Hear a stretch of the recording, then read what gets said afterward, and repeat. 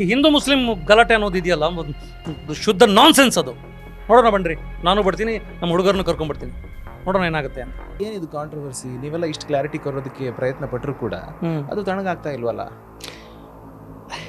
ಆಯ್ನನ ಪಲ್ಲಿದ ಜಾಲ್ಡ್ ನಾಟಕ ಮಲ್ಪಾಡು, ಆಯ್ನನ ಎಂಚಿನ ಬೇರೆನ ಜಗಲ್ಡ್ ನಾಟಕ ಮಲ್ಪಾಡು. ಆಗ ನಾ ನಾಟಕ ಏನವಿ ಇದು? ಏನು ಒಂದು ಆರ್ಟಿಸ್ಟ್ನ ಲೆವೆಲ್ ಇಷ್ಟೇನಾ? ಆರ್ಟಿಸ್ಟ್ ಅಂತಂದರೆ ಇಷ್ಟೇನಾ? ತುಳುನಾಡು ಅಂತಂದಾಗ ಬರೀ ದೈವಾರಾಧನೆ ಒಂದೇ ಅಲ್ಲ, ಅಗ್ರಸ್ಥಾನದಲ್ಲಿ ನಿಲ್ಲುವಂಥದ್ದು ಹೌದು. ಇಲ್ಲಿನ ಆಚಾರ ವಿಚಾರ, ನಾವು ತಿನ್ನುವಂಥ ಆಹಾರ ಪದ್ಧತಿ, ಸಂಸ್ಕೃತಿ, ಉಡುಗೆ, ಕಡಲು, ಇನ್ನೊಂದು ಮತ್ತೊಂದು ಭಾಷೆ, ಎಲ್ಲ ಜಾತಿ ಮತ ಧರ್ಮ ಎಲ್ಲ ನಮ್ಮ ಗಲಾಟೆಗಳು ಎಲ್ಲ ಸೇರಿ ಅದು ತುಳುನಾಡು.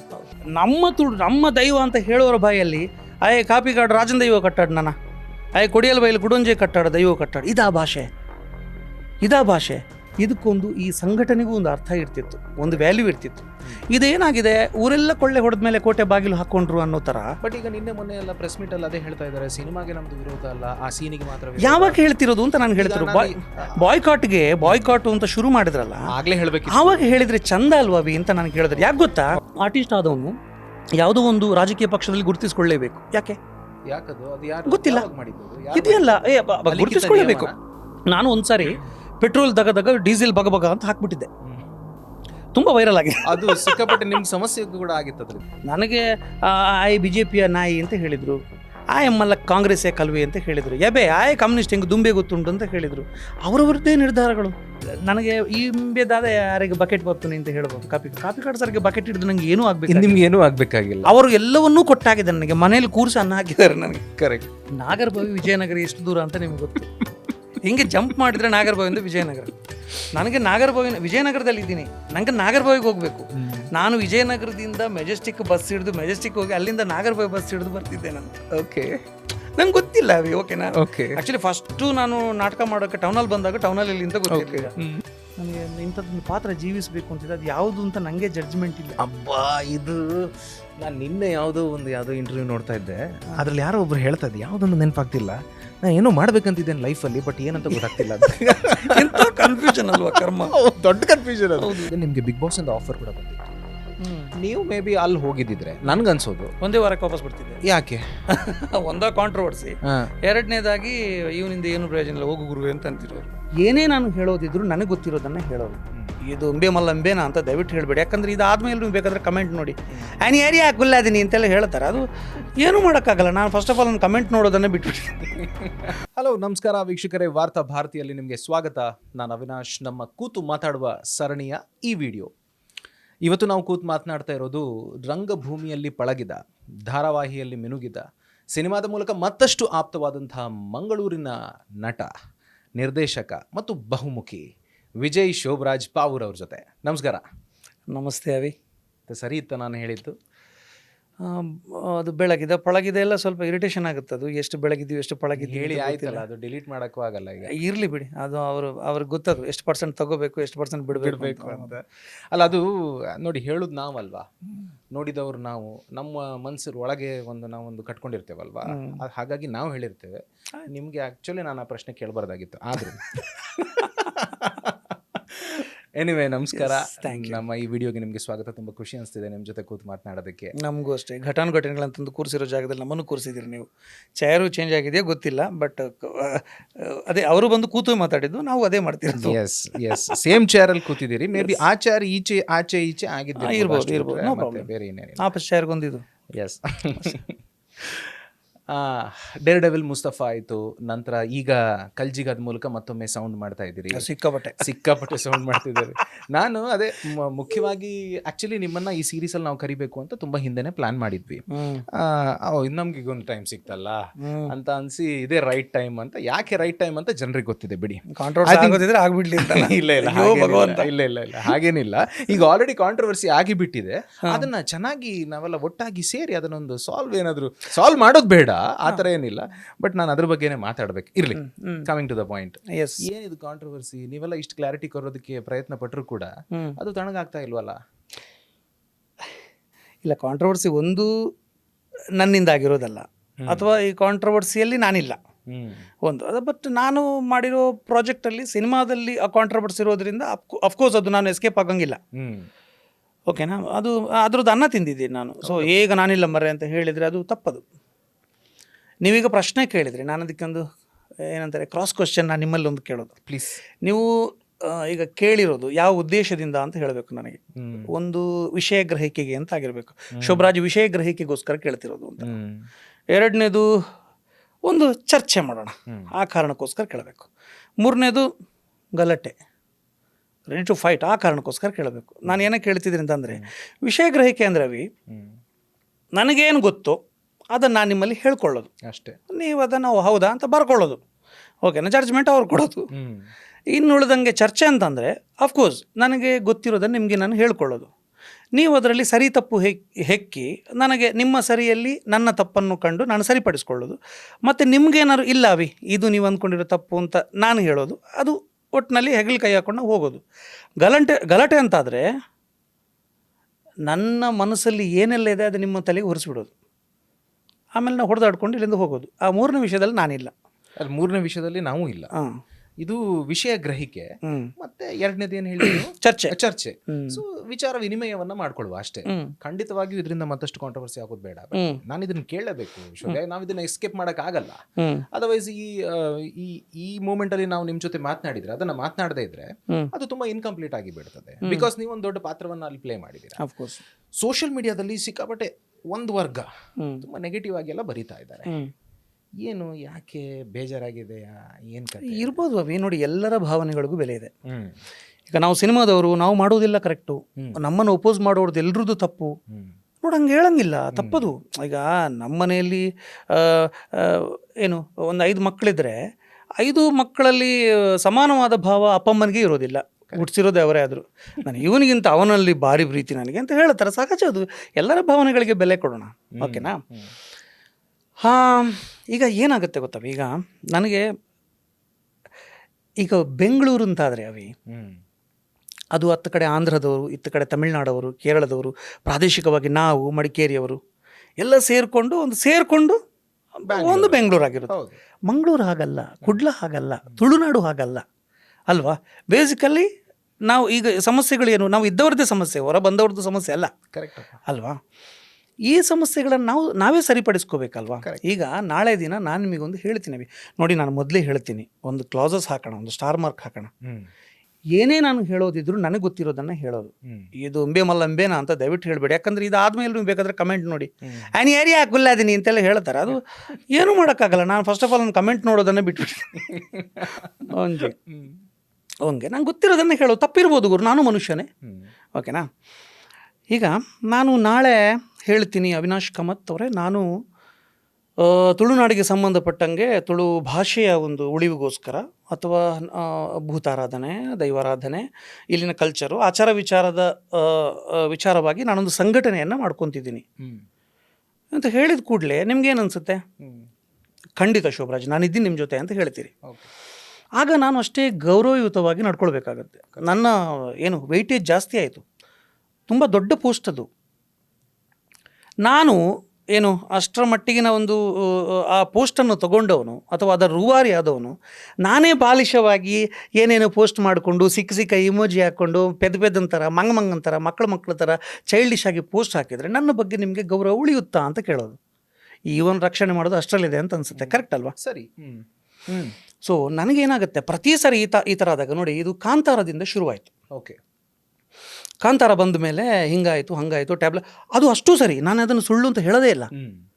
ನಾವೀಗ ನೀವು ಅದು ಯೂಟ್ಯೂಬಲ್ಲಿ ಇಲ್ವಾ, ಇಷ್ಟು ದೊಡ್ಡ ಜಾತ್ರೆ ಕೋಲ ಎಲ್ಲ ನೀವು ಲೈವ್ ಆಗಿ ಕೊಡೋದಿಲ್ವಾ ಅಂತೆಲ್ಲ ಹೇಳ್ಬೋದು. ಅದೆಲ್ಲ ಉತ್ತರಗಳಲ್ಲ, ಅದೆಲ್ಲ ಸಮಜಾಯಿಷಿಗಳು. ಕರೆಕ್ಟ್ ಅಲ್ವಾ?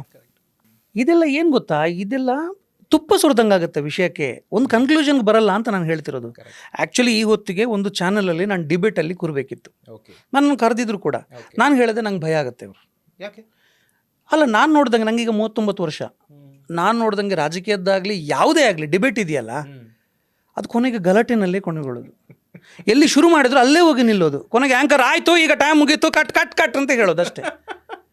ಈ ಕರ್ಮಕ್ಕೆ ನಾನು ಯಾಕೆ ಮಾಡಬೇಕು? ಅವ್ರದ್ದು ಟೈಮ್ ಯಾಕೆ ಹಾಳು ಮಾಡಬೇಕು? ಅಲ್ವಾ, ನಾವು ಏನು ಹೊಗಳಿದ್ದೀವಿ ಅಂತಲೇ ಅವ್ರಿಗೆ ಅರ್ಥ ಆಗಲ್ಲ. ಇದು ಯಾಕೆ ಬೇಕು ಅಂತ ನಾನು ಕೇಳೋದು. ಪ್ರತಿ ಸಾರಿ ಹಿಂಗಾದಾಗೆ ಈಗ ಕಾಂತಾರದಿಂದ ಶುರುವಾಯ್ತಿದ್ದು, ಹೌದಲ್ಲ.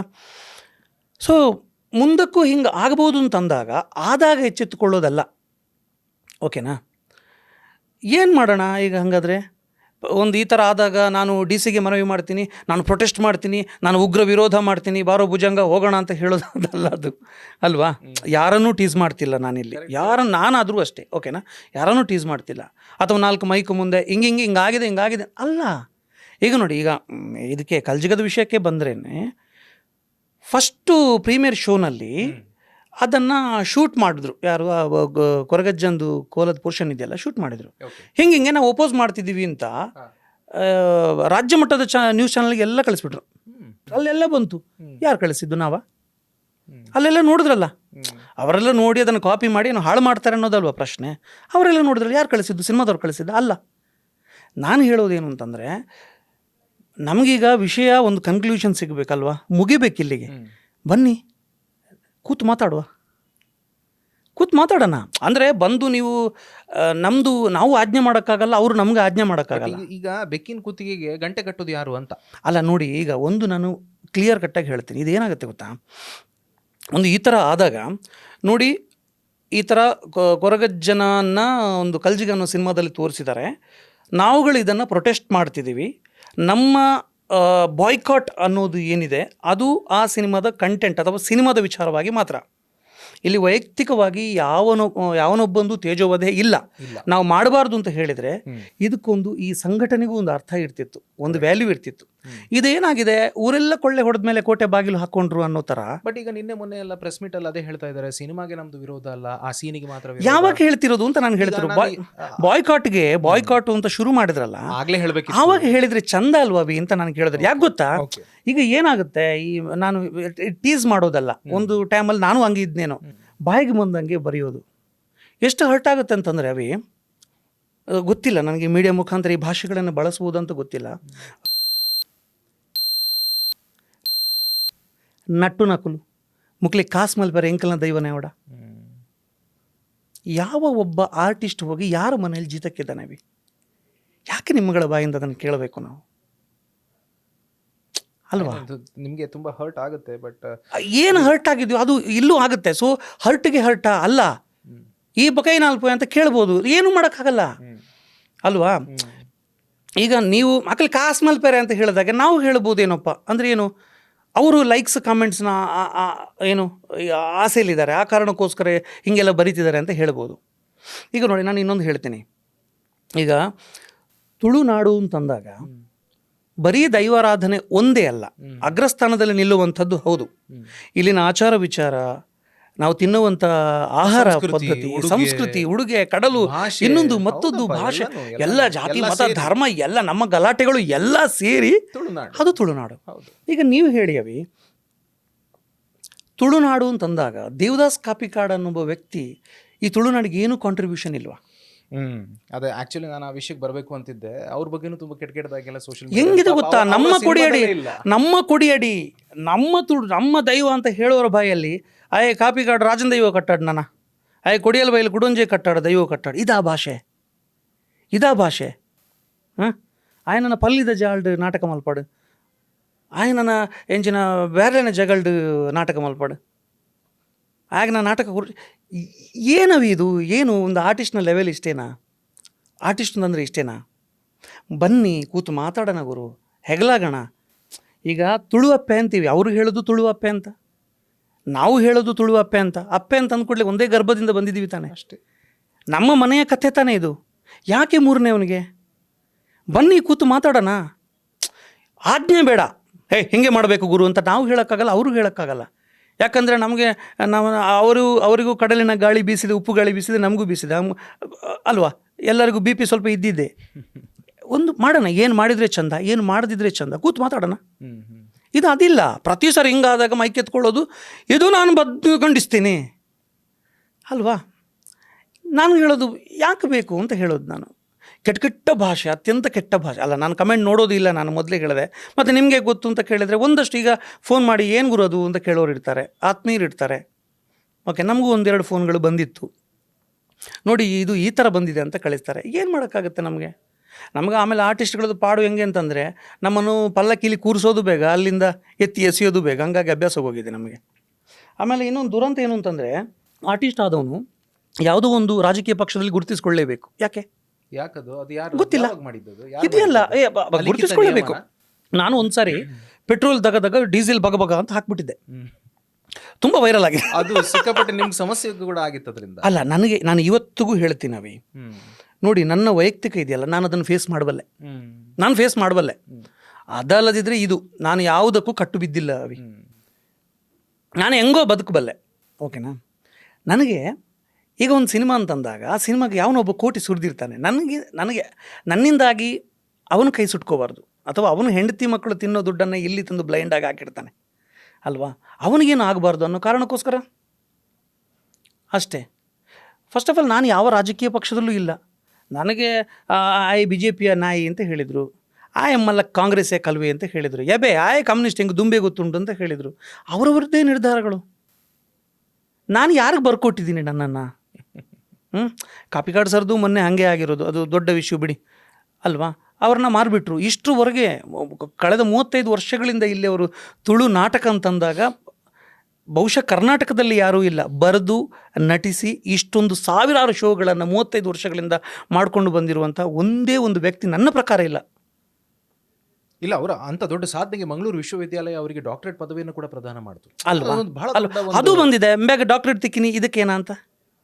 ಈ ಕೂತು ಮಾತನಾಡೋದ್ರಿಂದ ಸಾಕಷ್ಟು ವಿಷಯಗಳನ್ನೆಲ್ಲ ಸಾಲ್ವ್ ಮಾಡೋದಕ್ಕೆ ಸಾಧ್ಯ ಅಂತೆ. ಸೊ ನಿಮ್ಮ ಇಷ್ಟು ಮಾತಿನ ಮರ್ಮ ನನಗೆ ಅನಿಸ್ತದೆ ಈಗ ಏನಂತಂದ್ರೆ, ಬನ್ನಿ ಲೆಟ್ ಅಸ್ ಸಿಟ್ ಟುಗೆದರ್, ಅಷ್ಟೇ ಅಲ್ವಾ? ಕ್ಲೋಸ್ ಮಾಡಿ ಬಿಡುವ. ಇಲ್ಲಿ ನಾವು ದೊಡ್ಡವರಲ್ಲ, ನೀವು ದೊಡ್ಡವರಲ್ಲ, ಚೆನ್ನಾಗಿ ಮುಗಿಸಿ ಬಿಡುವ. ಒಳ್ಳೆ ಪಾಯಿಂಟ್ ಅದು ನೀವು ಹೇಳಿದ್ದು. ನಾವೆಲ್ಲ ಅಣ್ಣ ತಮ್ಮಂದ್ರೆ ಅಷ್ಟೇ. ಒಂದು ತುಳುವಪ್ಪೆ ಅಂತೀವಿ ನಾವು, ಹಂಗಾದ್ರೆ ಒಂದೇ ಗರ್ಭದಿಂದ ಬಂದಿರೋದಲ್ವಾ ಸರ್? ಅಷ್ಟೇ ಹೆಂಗೆ ನಾವು ಬೇರೆಯವ್ರು ಆಗ್ಬಿಡ್ತೀವಿ ಅಂತ ನಾನು ಕೇಳೋದು. ಈಗ ಅದೇ ಈಗ ಆಟೋಡಿ ಜನಕ್ಕೆ ಲೈನ್ ಅಂತ ಇರುವ ಇದು ಫೇಸ್ಬುಕ್ ಹುಡಿ ಐಟಿ ನಾನು ಹೇಳಿದ್ನಲ್ಲ, ಇದು ಯಾವುದು ಉತ್ತರ ಅಲ್ಲ, ಇದೆಲ್ಲ ಸಮಜಾಯಿಸಿಗಳು. ಇದು ನಾನು ಎಸ್ಕೇಪ್ ಆಗೋಕ್ಕೋಸ್ಕರ ಹೇಳೋದು, ನಾನು ಹೇಳಬಾರ್ದು. ಈಗ ಈ ಕೊರಗಜ್ಜನ ಕೋಲ ಮಾಡುವವರು ಮಾಯಿಲಣ್ಣ, ಅವ್ರದ್ದು ವಿಷಯ ಬರ್ತಿದೆ ನೋಡಿ. ಅವರನ್ನು ಒಂದು ಹಂತಕ್ಕೆ ನಾವೆಲ್ಲ ನಡೆದಾಡುವ ಕೊರಗಜ್ಜ ಅಂತ ಹೇಳ್ತೀವಿ. ಆದಿ ಸ್ಥಳದಲ್ಲಿ ಅವರು ಕೊರಗಜ್ಜನ ಸೇವೆ ಮಾಡುವಂಥವ್ರು. ನಾನೇನು ಹೇಳೋದು ಗೊತ್ತಾಗವಿ, ಅಂಥ ಒಬ್ಬ ಮನುಷ್ಯನ ಈ ಮುಗ್ಧತೆ ಇದೆಯಲ್ಲ, ಅದನ್ನು ನಾವು ಸಿನಿಮಾದವರು ಮತ್ತು ಇವರು ಇಬ್ಬರು ಬಳಸ್ಕೊಂತಿದ್ದೀವಿ ಅಂತ ನಾನು ಹೇಳೋದು. ನನಗನ್ನಿಸ್ತಿದೆ ನಾವು ಸಿನಿಮಾದವರು ಸೇರಿಕೊಂಡು, ಓಕೆನಾ, ನಮ್ಮವ್ರು ಹೋಗಿ ಹಿಂಗೆ ಮಾಡ್ಬೋದು ಅಂತ ಕೇಳಿದ್ರಂತೆ, ಪಾಪ ಅವ್ರು ಅನಿವಾರ್ಯತೆ ಹೇಳಿದರು. ಅವ್ರು ಹೋಗಿ ಯಾಕೆ ಮಾಡಿದ್ರು ಅಂತ ಅವ್ರ ಮೈಕ್ ಹೇಳಿದ್ರೆ, ಪಾಪ ಅವ್ರೇನು ಹೇಳಿದ್ರು, ಹೇಳಲೇಬೇಕು ಅವ್ರು, ಪಾಪ ಅನಿವಾರ್ಯತೆ. ನಾನು ಹೇಳೋದು ಅದಲ್ಲ, ಅದಕ್ಕೂ ಕಮೆಂಟ್ ಬಂದಿದೆ. ಇಂಬ್ಯಾಗ್ ಇತ್ತೆ ಮರಿಯಲ್ಲತ್ತ ಬೇಲೆಜ್ಜಿ ತೋಜೋಡ ಅಂಚೆ ಮುಕ್ಳನೊಟ್ಟಿಗೆ ಸೇರಿದ್ದೀನಿ. ಇದು ನಾವು ದೈವಾರಾಧನೆಯನ್ನು ಏನು ಹೇಳೋರು ತಪ್ಪಲ್ವಾವಿ? ಮಾತಾಡುವಾಗ ಯೋಚನೆ ಮಾಡಬೇಕಲ್ವಾವಿ? ಫೇಸ್ಬುಕ್ ಅನ್ನೋ ದುಡ್ಡಿನ ಥರ ಅಲ್ವಾವಿ? ದುಡ್ಡನ್ನು ಹೆಂಗೆ ನಾವು ದುಡಿದ ದುಡ್ಡನ್ನು ಸುಮ್ಮನೆ ಬಿಟ್ಟು ಖರ್ಚು ಮಾಡ್ತೀವಿ. ಫೇಸ್ಬುಕ್ ಎಷ್ಟು ಚಂದ ಇದೆ, ವಾಲ್ ಬನ್ನಿ ಪ್ರೀತಿಗೆ ಹಂಚೋಣ, ಏನಾದರೂ ಒಂದು ಒಳ್ಳೆಯದನ್ನು ಹೇಳೋಣ, ಅಲ್ಲಿ ಯಾರಿಗೋ ಏನೋ ಆಗಬೇಕಂತ, ಒಂದು ಬ್ಲಡ್ ಬೇಕಂತೆ, ಒಂದು ಇಲ್ಲೊಂದು ಏನೋ ಆಗಬೇಕಂತ, ಬನ್ನಿ ಅದನ್ನು ಹಂಚೋಣ. ನನ್ನ ಅಷ್ಟೂ ಬೇಡದು ದುರುಳತನ ಇದೆಯಲ್ಲ, ಅದನ್ನೆಲ್ಲ ತಂದು ವಾಕರಿಕೆ ಮಾಡೋದು ಇಲ್ಲಿ ಅಸಹ್ಯ ಅನ್ಸಲ್ವಾವಿ? ಭಾಳ ನನಗೀಗ ಅನಿಸಿದೆ ಈ ಪ್ರಶ್ನೆ ನಾನು ಯಾಕೆ ಕೇಳಿದೆ ಅಂತ. ಅಲ್ಲ, ನೀವು ತುಂಬ ಅದಕ್ಕೆ ಆಳಕ್ಕೆ ಹೋಗಿಬಿಟ್ರಿ. But unfortunately I had to ask this question. Anyway ವೀಕ್ಷಕರೇ, ಇದು ನಮ್ಮದೇ ಕನ್ನಡ ಭಾಷೆ, ನಮ್ಮದೇ ಮಂಗಳೂರು ಕನ್ನಡ ಭಾಷೆ, ನಮ್ಮವರೇ ಎಲ್ಲ ಸಿನಿಮಾ ಮಾಡಿದ್ದಾರೆ, ನಮ್ಮವರೇ ಒಂದಷ್ಟು ಜನ ವಿರೋಧ ಮಾಡ್ತಾ ಇದ್ದಾರೆ. ಬನ್ನಿ ಒಂದು ಕಲಾ ಪ್ರಕಾರವನ್ನು ಗೆಲ್ಲಿಸುವ. ಇವರು ಹೇಳಿದ ಹಾಗೆ ಬನ್ನಿ, ಏನು ಸಮಸ್ಯೆ ಇದೆ, ನನಗೂ ನಿಮ್ಗೆ ಒಂದು ಮನೇಲಿ ಅಣ್ಣ ತಮ್ಮ ಇದ್ದರೆ ನಮ್ಮ ನಡುವೆ ಡಿಫ್ರೆನ್ಸ್ ಆಫ್ ಒಪಿನಿಯನ್ ಇರ್ತದೆ, ಬನ್ನಿ ಕೂತು ಮಾತಾಡುವ ಅಂತ ಹೇಳ್ತಾ ಇದ್ದಾರೆ. ಅಲ್ಲ, ಅದು ಮಾತಾಡಿದ್ರೆ ಏನಾಗುತ್ತೆ, ಮುಕ್ಲಿ ಕಾಸಿಗೆ ಅಫ್ಕೋರ್ಸ್ ಸರ್, ನಮ್ಮ ಪ್ರೊಫೆಷನು, ನಮ್ಮ ದುಡ್ಡು ಹುಟ್ಟೋದೇ ಅಲ್ಲಿಂದ. ಹೌದು. ಈಗ ನೀವು ಒಂದು ಇಂಜಿನಿಯರ್ ಅಂತ ಅಂದ್ಕೊಳ್ಳಿ, ನಿಮಗೆ ಒಂದು ಜಾಗ ಸರ್ ಹಿಂಗೆ ಇಲ್ಲೊಂದು ಪ್ಲಾನ್ ಮಾಡ್ಕೊಡಿ ಸರ್, ನಾನು 4 ಫ್ಲೋರ್ದು ಮಾಡ್ಕೊಡ್ಬೇಕು ಅಂತ ಹೇಳ್ತಾರೆ. ನೀವು ಮಾಡ್ತೀರಿ. ಹೌದು. ಒಂದು 5 ವರ್ಷ ಆಯ್ತು, ಸಖತ್ತು ಒಳ್ಳೆ ಬಿಲ್ಡಿಂಗ್, ದುಡ್ಡೆಲ್ಲ ಕೊಟ್ಟರು, ಸೆಟ್ಲ್ಮೆಂಟ್ 5 ವರ್ಷ ಆಯ್ತು. ಆಮೇಲೆ ಗೊತ್ತಾಗುತ್ತೆ ಯಾವುದೋ ಒಂದು ದೇವಸ್ಥಾನ ಒಡೆದಿರೋ ಜಾಗ ಅಂತದ್ದು. ಏನ್ ಮಾಡ್ತೀರಿ ನೀವು? ಅಷ್ಟು ದುಡ್ಡನ್ನು ವಾಪಸ್ ಕೊಡ್ತೀರಾ? ನಮ್ಮ ಪ್ರೊಫೆಷನ್ ಅಂತೀರಿ, ಸ್ವಾಮಿ ದೈವ ಅಂತೀರಿ, ಎಲ್ಲೋ ಹೋಗಿ ಹಾಕ್ತೀರಿ. ಲಾಯರ್ ಅಂತ ಅಂದ್ಕೊಳ್ಳಿ, ನಮ್ಮ ಕಡೆ ಎಲ್ಲ ಮದುವೆ ಎಲ್ಲ ಆಗಬೇಕು ಅಂತಂದರೆ ಮುಂಚಿನ ದಿನ ದೈವಕ್ಕೆ ಕೋಲ ಕೊಟ್ಟು ಸತ್ಯನಾರಾಯಣ ಪೂಜೆ ಮಾಡಿಬಿಟ್ಟು ತುಳಸಿ ಗಟ್ಟೆ ಹತ್ರ ಎಲ್ಲ ಮಾಡಿ ಒಂದು 4-5 ವರ್ಷ ಆದಮೇಲೆ ಅವ್ರಿಗೆ ಡಿವೋರ್ಸ್ ಕೊಡಬೇಕು ಅಂತ ಅನ್ಸುತ್ತೆ. ಲಾಯರ್ ಹತ್ರ ಹೋದ್ರು, ಅವ್ರು ಕೊಡಿಸ್ತಾರೆ ಅಲ್ವಾ? ಹೌದು. ಹೆಂಗೆ? ಅವರು ತುಳುನಾಡವ್ರೆ, ನಮ್ಮ ಪ್ರೊಫೆಷನ್ ಅಂತಾರೆ ಅವ್ರು, ಮತ್ತೆ ನಮ್ದೇನು? ಕರೆಕ್ಟ್. ಎಲ್ರೂ ದುಡಿಯೋದು, ಎಲ್ಲರೂ ಮಾಡೋದು ಹೊಟ್ಟೆಗಾಗಿ, ಗೇಣು ಬಟ್ಟೆಗಾಗಿ, ತುತ್ತು ಹಿಟ್ಟಿಗಾಗಿ. ಇಂಬ್ಯಾಗ ಒಂಜಿ ಪಾಡ್ದನ ಬ್ಯಾಗ್ ಗೊತ್ತುಂಡೆ ಅಂತ ಕೇಳ್ತಾರೆ. ಅಂದರೆ ನಿಮ್ಮ ಈಗ ನೀವು ತುಳುನಾಡವರು ದೈವದೇವರಲ್ಲಿ ಹೋಗ್ತೀರಲ್ಲ, ಖಂಡಿತ. ಇದು ಗಂಧ ಪುಡ್ಸೋದೆಲ್ಲ ಹಾಕ್ತೀರಾ? ಖಂಡಿತ. ಎಷ್ಟು ಪಾಡ್ದನ ಗೊತ್ತಿಲ್ಲ. ನನಗೆ ತಿತ್ತಿರಿ ಮಜಲ್ಡು ಅಂತ ಸ್ವಲ್ಪ ಬರ್ತಿತ್ತು, ಅದು ಈಗ ಫುಲ್ ಬರೋದಿಲ್ಲ ನನಗೆ. ಓಕೆನಾ? ಪಾಡ್ದನ ಯಾರಿಗೆ ಬರಬೇಕು? ಅಲ್ಲ, ನಮಗೆ ಬಂದರೆ ತಪ್ಪಲ್ಲ, ನಾವು ಕಲಿಬೇಕು, ನಮ್ಮದದು. ಮೂಲ ಯಾರಿಗೆ ಬರಬೇಕು? ಅಲ್ಲಿ ದೈವದ ಚಾಕರಿ ಯಾರು ಮಾಡ್ತಾರೆ, ಅರದಲ್ಲ ಹಾಕ್ಕೊಂಡು ಆವಾಹನೆ ಮಾಡ್ಕೊಳ್ಳೋರು ಯಾರಿದ್ದಾರೆ ಅವರಿಗೆ ದೈವ ಪಾಡ್ದನ, ಬೀರ, ಸಂಧಿ ಬರಬೇಕು. ನಿಜ ಅಲ್ವಾ? ಇದೆಲ್ಲ ಬಾಲಿಶ ಅನ್ಸೋದು ನನಗೆ. ಇವ್ರನ್ನೆಲ್ಲ ಬಿಟ್ಟು ಹಾಕಿ ಬನ್ನಿ ಕೂತು, ನಾನು ಬೇಡ, ನಾನು ಕೋಡೆ ಬುಟ್ಟಿ ಕೊಂಬು ನಾಲೆಂದ ಕೋರಿ ಐನ್ ಬೆಸ ಚಾಕ್ಲೇಟು, ನಾನು ಕೂಡ ಓಕೆನಾ? ನಾನು ಬೇಡ. ಹಿರಿಯರ ಜೊತೆ ಕೂತ್ಕೊಂಡು ಮಾತಾಡಿ ಒಂದು ಸೊಲ್ಯೂಷನ್ ಮಾಡಿಬಿಡಿ, ಮುಗಿತಲ್ಲಿಗೆ. ಬನ್ನಿ. ಯಾಕೆ ಗೊತ್ತಾ ಅವಿ, ನಾನು ಹೇಳ್ತಿರೋದು ಕಾಸುಗು ಅಂತಾರಲ್ಲ, ಈ ಪ್ರೊಡ್ಯೂಸರು 1.25 ಕೋಟಿ ಹಾಕಿ 1.5 ವರ್ಷ ಆಯ್ತು, ಇನ್ನೂ ಕಾಸು ಬಂದಿಲ್ಲ. ಯಾರಿದ್ದಾರೆ ಅವಿ 1.5 ವರ್ಷ 1.25 ಕೋಟಿ ಬಿಟ್ಟು ಆಮೇಲೆ ಬರ್ಲಿ ಅಂತ ಕಾಯೋ? ಇಲ್ಲ, ಅದು ಏನಾಗಿದೆ, ಈ ಸಿನಿಮಾ ಅಂದ ತಕ್ಷಣ ಕೇವಲ ಒಂದು ಮಾಧ್ಯಮ ಅಂತ ಮಾತ್ರ, ಒಂದು ಕಲೆ ಅಂತ ಮಾತ್ರಕ್ಕೆ ನೋಡೋರಿದ್ದಾರೆ. ಬಟ್ ತುಂಬಾ ಜನರಿಗೆ ಗೊತ್ತಿಲ್ಲ that it is also A business ಅಂತ. ಅಫ್ಕೋರ್ಸ್ ಅಲ್ವಾ, it is also A business ಅಂತ ಗೊತ್ತಿಲ್ಲ. ನಾವು ಲವ್ ಸ್ಟೋರಿ, ಇದು ಥ್ರಿಲ್ಲರ್, ಇದು ಪೆಟ್ಟಿನ ಸಿನಿಮಾ ಅಂತೆಲ್ಲ ನಾವು ನೋಡ್ತೇವೆ ಬಿಟ್ರೆ, ಬಟ್ ಬಿಸ್ನೆಸ್ ಅಂತ ತುಂಬಾ ಜನರಿಗೆ ಗೊತ್ತಿಲ್ಲ. But that's okay. ನಾವು ಇಲ್ಲಿಗೆ ಇದನ್ನು ಮುಗಿಸೋಣ. ಈಗ ಒಂದೇ ಮಾತು, ತುಳುನಾಡಲ್ಲಿ ತುಳು ಭಾಷೆಗೆ ಸಿಗದಿರುವಂಥ ಥಿಯೇಟರ್ಗಳಿದೆ. ಅಲ್ಲೂ ಸಮಸ್ಯೆಗಳಿರ್ಬೋದು, ಅವ್ರು ತಪ್ಪು ಅಂತ ನಾನು ಬ್ಲೇಮ್ ಮಾಡ್ತಿಲ್ಲ. ಬನ್ನಿ ಕೂತು ಮಾತಾಡೋಣ. ಒಂಚೂರು ಹೆಗಲ್ ಕೊಡ್ತೀರಾ ನಮಗೆ ಪ್ಲೀಸ್? ನೀವೇ ಬಾಯ್ಕಾಟ್ ಅಂತ ಹೇಳ್ತೀರಲ್ಲ, ಬನ್ನಿ ಒಂದು ಸೇರ್ಕೋಣ, ನಮ್ಗೊಂದು ಥಿಯೇಟರ್ ಕೊಡಿಸಿ, ನಮ್ಗೊಂದು ಹೆಲ್ಪ್ ಆಗುತ್ತೆ ಪ್ಲೀಸ್. ನಿಮಗೆ ನಾವು, ನಮ್ಗೆ ನೀವು, ಹೆಗಲಾಗೋಣ ಬನ್ನಿ, ಅಣ್ಣ ತಮ್ಮಂದ್ರಿ ನಾವು, ಒಂದೇ ತುಳುವಪ್ಪೆ ಜೋಕಲ್ ನಾವು, ಬನ್ನಿ. Okay, very nice. ಇದು ಚೆನ್ನಾಗಿದೆ ಈ ಪಾಯಿಂಟ್. ನನಗೆ ಒಂದು ಪುಸ್ತಕ ನಾನು ಓದಿದ್ದೆ, ಕೊಂಡಿ ಕಳಚುವ ಮುನ್ನ ಸ್ವಲ್ಪ ಮಾತಾಡಿ ಪ್ಲೀಸ್ ಅಂತ, ಅಲ್ವಾ? ಓಕೆ, ಅದರಲ್ಲಿ ಮುನ್ನುಡಿಯಲ್ಲಿ ನಮ್ಮ ಭಾಗದ ಹೆಸರಾಂತ ಮನೋವೈದ್ಯರು ಡಾಕ್ಟರ್ PV ಭಂಡಾರಿ ಅವರು ಬರೀತಾರೆ, ಈ ಭೂಮಿ ಮೇಲೆ ದೊಡ್ಡ ದೊಡ್ಡ ಅನಾಹುತಗಳೇನಾದರೂ ಆಗಿದ್ದಿದ್ರೆ ಅದು ಬಂದೂಕಿನಿಂದಲ್ಲ, ಅಣುಬಾಂಬಿನಿಂದಲ್ಲ, ಅದು ಆಡದೆ ಉಳಿದ ಮಾತುಗಳಿಂದ ಅಂತ. ಆವತ್ತು ಒಂದು ದಿನ ಕೂತು ಮಾತಾಡಿದಿದ್ರೆ ಇದೆಲ್ಲ ಸೊಲ್ಯೂಷನ್ ಆಗ್ತಿತ್ತೋ ಏನೋ ಅಂತ. ನಾವು 1 ವರ್ಷ ಬಿಟ್ಟು ಫ್ರೆಂಡ್ಶಿಪ್, ಈಗ ವಿರೋಧ ಮಾಡ್ತಿರೋರು ನಿಮ್ಮ ಫ್ರೆಂಡ್ಸೇ ಇರ್ಬೋದು, ಬಟ್ ಸ್ಟಿಲ್ ಅಲ್ಲಿ ನಿಮ್ಮ ಮತ್ತು ಅವ್ರ ಮಧ್ಯೆ ಒಂದು ಗೋಡೆ ಬಂತಲ್ಲ. ಅದು ಏನಾಗುತ್ತೆ, ನಾವು ಎಷ್ಟು ಸಪ್ರೇಷನ್ ಬಯಸ್ತೀವಿ ನೋಡಿ. ಬೇಡ ಸಪ್ರೇಷನ್ ಬಯಸಿ ಕೊನೆಗೆ ನಾವು ಗೋರಿ ಒಳಗಾಗ್ತೀವಂತೆ. ಸಪ್ರೇಷನ್ ಅವನು ಬೇಡ, ಇದು ಬೇಡ, ಅದು ಬೇಡ, ಜಾತಿ ಬೇಡ, ಅವನು ಬೇಡ, ಇವನು ಬೇಡ, ಸಪ್ರೇಷನ್ ನಂದೊಂದು ಗೋರಿ ಆಯ್ತು ಅಲ್ಲಿಗೆ. ಎಸ್, ಸದ್ಗುರುಗಳು ಹೇಳ್ತಾರೆ, ನಾಳೆ ಎದ್ರೆ ಈ ಪ್ರಪಂಚದಲ್ಲಿ 2.5 ಲಕ್ಷ ಮಲಗಿದ್ರೆ, ಇವತ್ತು ರಾತ್ರಿ ಮಲಗಿದ್ರೆ ನಾಳೆ ಬೆಳಗ್ಗೆ 7 2.5 ಲಕ್ಷ ಜನ ಎದ್ದಿರಲ್ಲ ಅಂತ. ನಮ್ದು ಗ್ಯಾರಂಟಿ ಇಲ್ಲ. ಸೊ ಇವತ್ತೊಂದು ಖುಷಿಯಿಂದ ಎಲ್ಲರ ಜೊತೆ ಮಾತಾಡುವ ಅಷ್ಟೇ ಅಲ್ವಾ? ನಾವು ಈಗ ಇನ್ನು ನಾವು ಮುಂದುವರಿಸುವ ಈ ಕಲ್ಜಿಗ ಸಿನಿಮಾದಲ್ಲಿ ಇನ್ನು ನಾವೀಗ ಕಾಂಟ್ರವರ್ಸಿ ಬಗ್ಗೆ ಮಾತನಾಡ್ತಾ ಇಲ್ಲ. ಕಲ್ಜಿಗ ಸಿನಿಮಾದಲ್ಲಿ ಶೋಭರಾಜ್ ಅವರ ಆಕ್ಟಿಂಗ್ ಮಾತ್ರ ಅದ್ಭುತ. ನೀವು ಅದನ್ನು ನೋಡಲೇಬೇಕು. ಇಂಟರ್ವೆಲ್ ನಂತರ ಬರ್ತಾರೆ, ನಂತರ ಏನಾಗುತ್ತೆ ಅನ್ನೋದನ್ನ ನೀವು ಸಿನಿಮಾ ನೋಡಿ.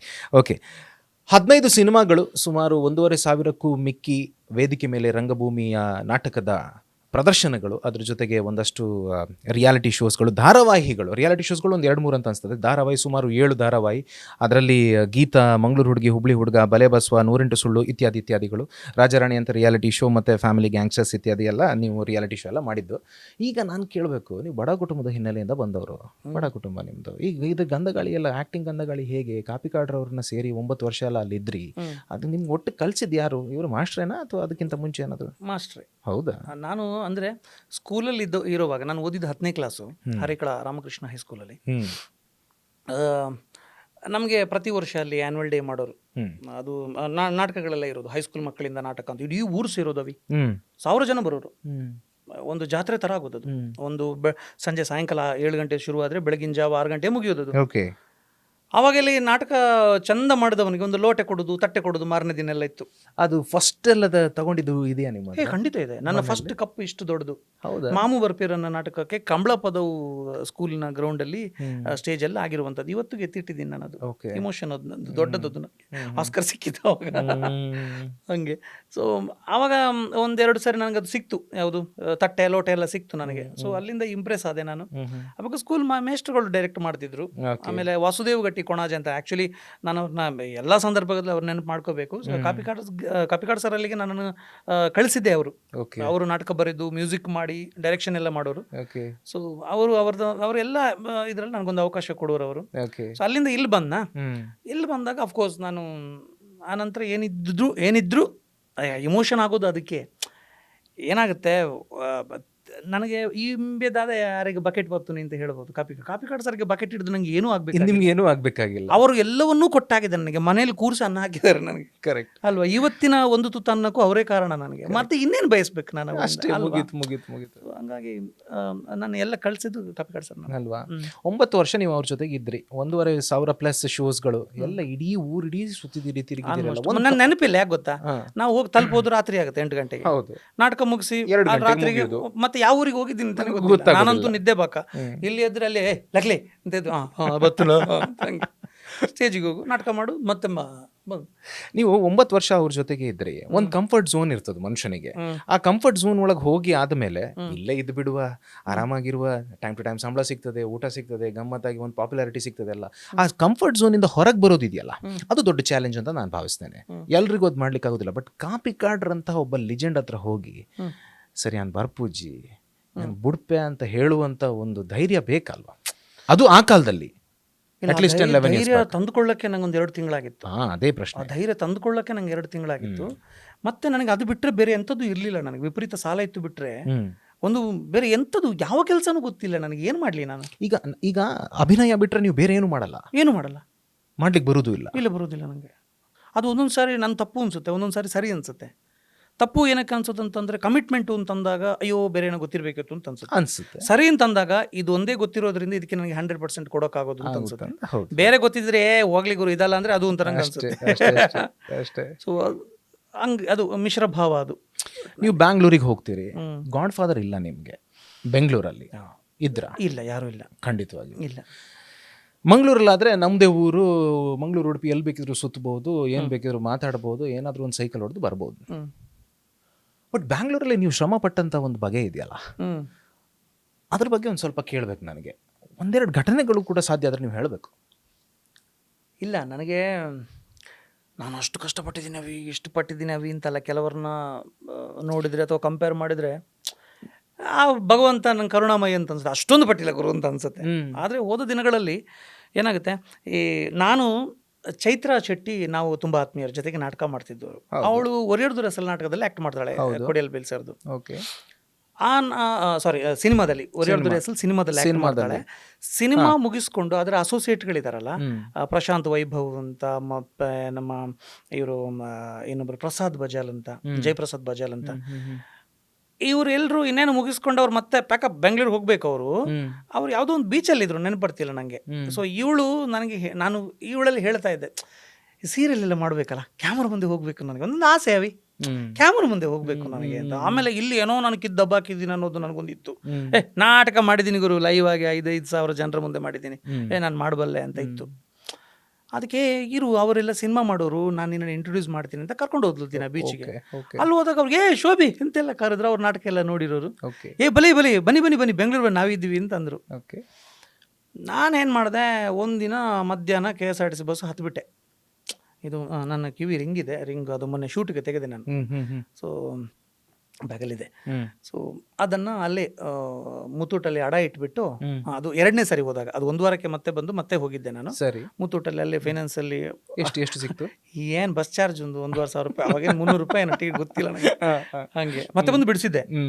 ಹಾಗೆ ನಾನು ಹೋದೆ ಬೆಂಗಳೂರು ಹೋದಾಗ ಇನ್ನೇನು ಕತ್ಲಾಗಿತ್ತು. ಅಲ್ಲಿ ರೀಚ್ ಆಗುವಾಗ ನಾನು ಪ್ರಶಾಂತ್ ವೈಭವ್ ಅಂತಂದ್ರೆ ಈಗ ಕ್ಲಾಂತ ಅಂತೆಲ್ಲ ಸಿನಿಮಾ ಮಾಡಿದ್ರು, ದಗಲ್ಬಾಜಿ ಅಂತೆಲ್ಲ ಮಾಡಿದ್ರು ಅವರು.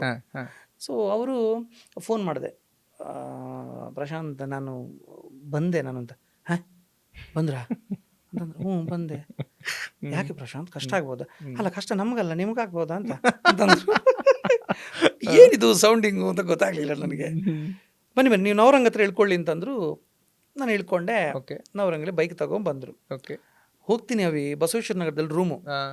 ಮಧ್ಯಾಹ್ನ 1 ಗಂಟೆಗೂ ಸುಡು ಬಿಸಿಲಿಗೂ ಲೈಟ್ ಹಾಕಿಲ್ಲ ಅಂತಂದ್ರೆ ಎಂಥದ್ದು ಕಾಣ್ತಿರ್ಲಿಲ್ಲ ಅಂತದ್ದು ರೂಮ್. ಆಲ್ರೆಡಿ 8 ಜನ ಇದ್ರು ಅಲ್ಲಿ. ಹಿಂಗೆ ಇತ್ತ ಕಡೆಯಿಂದ ಹತ್ತ ಕಡೆ ಹೋಗುವಾಗ ಒಬ್ಬನು ಹಿಂಗೆ ಒರೆಸ್ಕೊಂಡೆ ಹೋಗೋದು, ಹಿಂಗೆ ಸವರ್ಕೊಂಡೆ. ಯಾರಿಗೂ ಹೇಳ್ಕೊಳ್ಳುವಂಥದ್ದು ಇನ್ಕಮ್ ಇಲ್ಲ, 8 ಜನರಿಗೂ. ಓಕೆನಾ? ಏನೋ ಪಾಪ ಅಸಿಸ್ಟೆಂಟ್ ಆಗಿ ಎಲ್ಲ ಕೆಲ್ಸಕ್ಕೆ ಹೋಗೋರು. ನೀವು 10-11 ಈಗ ಅಷ್ಟೇ, 8 ಜನ ಇದ್ರು. ನಾನು ಸೇರಿ 9 ಅನ್ಸುತ್ತೆ. ಇವರೆಲ್ಲ ಹೋಗೋರು. ಹೋಗುವಾಗ ಪಾಪ 10 ರೂಪಾಯಿ ಎಲ್ಲ ಕಾಫಿ, ಇಷ್ಟೇ ಇರೋದು ಶೋಭೆ ಅಂತೆಲ್ಲ ಹೇಳೋರು. ಅಲ್ಲೊಂದು ಕಾಂಡಿಮೆಂಟ್ಸ್ದ ಅಂಗಡಿ ಇತ್ತು ಅಲ್ಲ, ಅವರಲ್ಲೊಂದು 3 ತಿಂಗಳು ಕಾಫಿ ಬಂದು ಕೊಟ್ಟಿದ್ದಾರೆ ನನಗೆ ಪಾಪ. ಅಲ್ಲಲ್ಲ, ಈ ಸ್ಟೋರೀಸ್ಗಳೆಲ್ಲ ನಂಗೆ ಈ ಎಲ್ಲಾ ಸಿನಿಮಾ ನಟರುಗಳ ಕಥೆನೇ ಇದು. ರಕ್ಷಿತ್ ಶೆಟ್ಟರ್ದು ಕೂಡ ಇದೆ. ಅವರೆಲ್ಲ ಸ್ಟೋರಿ ಕೇಳಲಿಕ್ಕೆ ಹೋಗೋದಂತೆ. ನನ್ನ ಬಗ್ಗೆ ಫೀಲ್ ಅಲ್ಲಲ್ಲ, ಗೊತ್ತು ನಾನು ಮಜಾ ಮಾಡ್ಬಿಟ್ಟು ನಂಗೆ ಖುಷಿ ಇದೆ ಇದು. ಖುಷಿಯಿಂದ see you have stories to share ಅಷ್ಟೇ. ಅದೇ ರಕ್ಷಿತ್ ಶೆಟ್ಟರ್ ಕೂಡ ಕಾಫಿ ಡೇಗೆ ಹೋಗೋದಂತೆ, ಇದು ಕೇಳೋದಂತೆ. ಅವ್ರೊಂಚೂರು ಏನೋ ಎಲ್ಲ ಆಕ್ಟ್ ಎಲ್ಲ ಮಾಡೋದಂದ್ರೆ ಬಿಲ್ ಅವ್ರು ಕೊಡ್ತಾರ ನೋಡುವ ಅಂತ. ಯಾಕಂತಂದ್ರೆ 300-400 ಇವ್ರು ಕೊಟ್ರೆ ಮತ್ತೆ ಇವ್ರ ಹತ್ರ ಇರೋದಿಲ್ಲ ಅಂತ ಅವ್ರು ಹೇಳಿದ್ರು ಒಂದು ಇಂಟರ್ವ್ಯೂ ಅಲ್ಲಿ. ಚೆನ್ನಾಗಿತ್ತು ಅದು. ನೀವು ಮುಂದುವರಿಸಿ. ಹಂಗೆ ಅಲ್ಲಿ ಹೋಗ್ಬಿಟ್ಟು ಪಾಪ ಅಲ್ಲೇ ನಮ್ಮ ರೂಮ್ ಪಕ್ಕದಲ್ಲಿ ಒಂದು ಕಾಂಡಿಮೆಂಟ್ಸ್ ಅಂಗಡಿ ಇತ್ತು. ಅವ್ರು ಎಷ್ಟು ಒಳ್ಳೆಯವರು ಅಂತಂದ್ರೆ ಪಾಪ ತಂದೆ ಮಗ ಇಬ್ರು ಕಾಫಿ ಕುಡ್ಕೊಳ್ಳಿ ಪರವಾಗಿಲ್ಲ ಅಥವಾ ಕುಡಿ ಆಮೇಲೆ ಇದ್ದಾಗ ಕೊಡಿ ಅಂತೆಲ್ಲ ಹೇಳೋರು. ಕಾಫಿ ಬಂದು 3 ತಿಂಗಳು ನೋಡಿ 3 ತಿಂಗಳು ಬೆಳಗ್ಗೆ ಎದ್ದು ಮಜಾ ಇತ್ತದು. ಬೆಳಗ್ಗೆ ಎದ್ದು ಎಲ್ಲರೂ ಸ್ನಾನ ಮಾಡೋದು. ಫಸ್ಟ್ 8 ಗಂಟೆ ಸ್ನಾನ ಮಾಡಿ ಅಬ್ಬಾ ಯಾರು ಇವತ್ತಿನ ಸ್ಪಾನ್ಸರ್ ಅಲ್ಲಿ ಇತ್ತ ಕಡೆ ಒಂದು ದಿನಸಿ ಅಂಗಡಿ ಇತ್ತು, ಇತ್ತ ಕಡೆ ಒಂದು ದಿನಸಿ ಅಂಗಡಿ ಇತ್ತು. ಅವರ ದಿನಸಿ ಅಂಗಡಿ ಓನರ್ ಹೆಂಡತಿ ಬೆಳಗ್ಗೆ ಇದು ಯಾವುದೋ ಒಂದು ರೈಸ್ ಬಾತು, ಇಡ್ಲಿ, ವಡ ಎಲ್ಲ ಮಾರೋರು. ಅವ್ರಿಗೊಬ್ಬ ತಮ್ಮ ಇದ್ದ. ಅವನು ಎಲ್ಲ ನಮ್ಮದೇ ವಯಸ್ಸು. ನನ್ನ ಬಗ್ಗೆ ಅಷ್ಟೊಂದು ಪರಿಚಯ ಇಲ್ಲ ಅವ್ರಿಗೆ. ಇವರು ಅಂತಂದ್ರೆ ಏನೋ ಒಂದು ಲವ್. ಆಮೇಲೆ ಕೊಡಬೇಕು ದುಡ್ಡು, ಭಾವನ್ ಗೊತ್ತಾದ್ರೆ ಬೈತಾರೆ ಅಂತ ಎಷ್ಟು ಕೊಡೋಣ ಅವನು. ಅದನ್ನೇ ತಿಂತಿದ್ವಿ. ಆಮೇಲೆ ಏನೋ ಒಂದು ಐಟಮ್ ಸ್ವಲ್ಪ ದುಡ್ಡು ಬಂತ, ಏನೋ ಒಂದು ಐಟಮ್ ಚಿಕನ್ ಗಿಕನ್ ತಂದು ಆ ಫುಲ್ ಬಾಡುಟ್ಟ ಮಾರದ್ರಿಗೆ ಅಂತದ್ದು ಇಲ್ಲ. ಇದೆಲ್ಲ ಮಜಾ ಇತ್ತು. ಆಮೇಲೆ ಸಿಕ್ ಆಡಿಷನ್ಗೆಲ್ಲ ಹೋಗ್ತಿದ್ದೆ ಪಾಪ. ಬಿಗಿನಿಂಗ್ ಅವರೆಲ್ಲ ಕರ್ಕೊಂಡು ಹೋದ್ರು.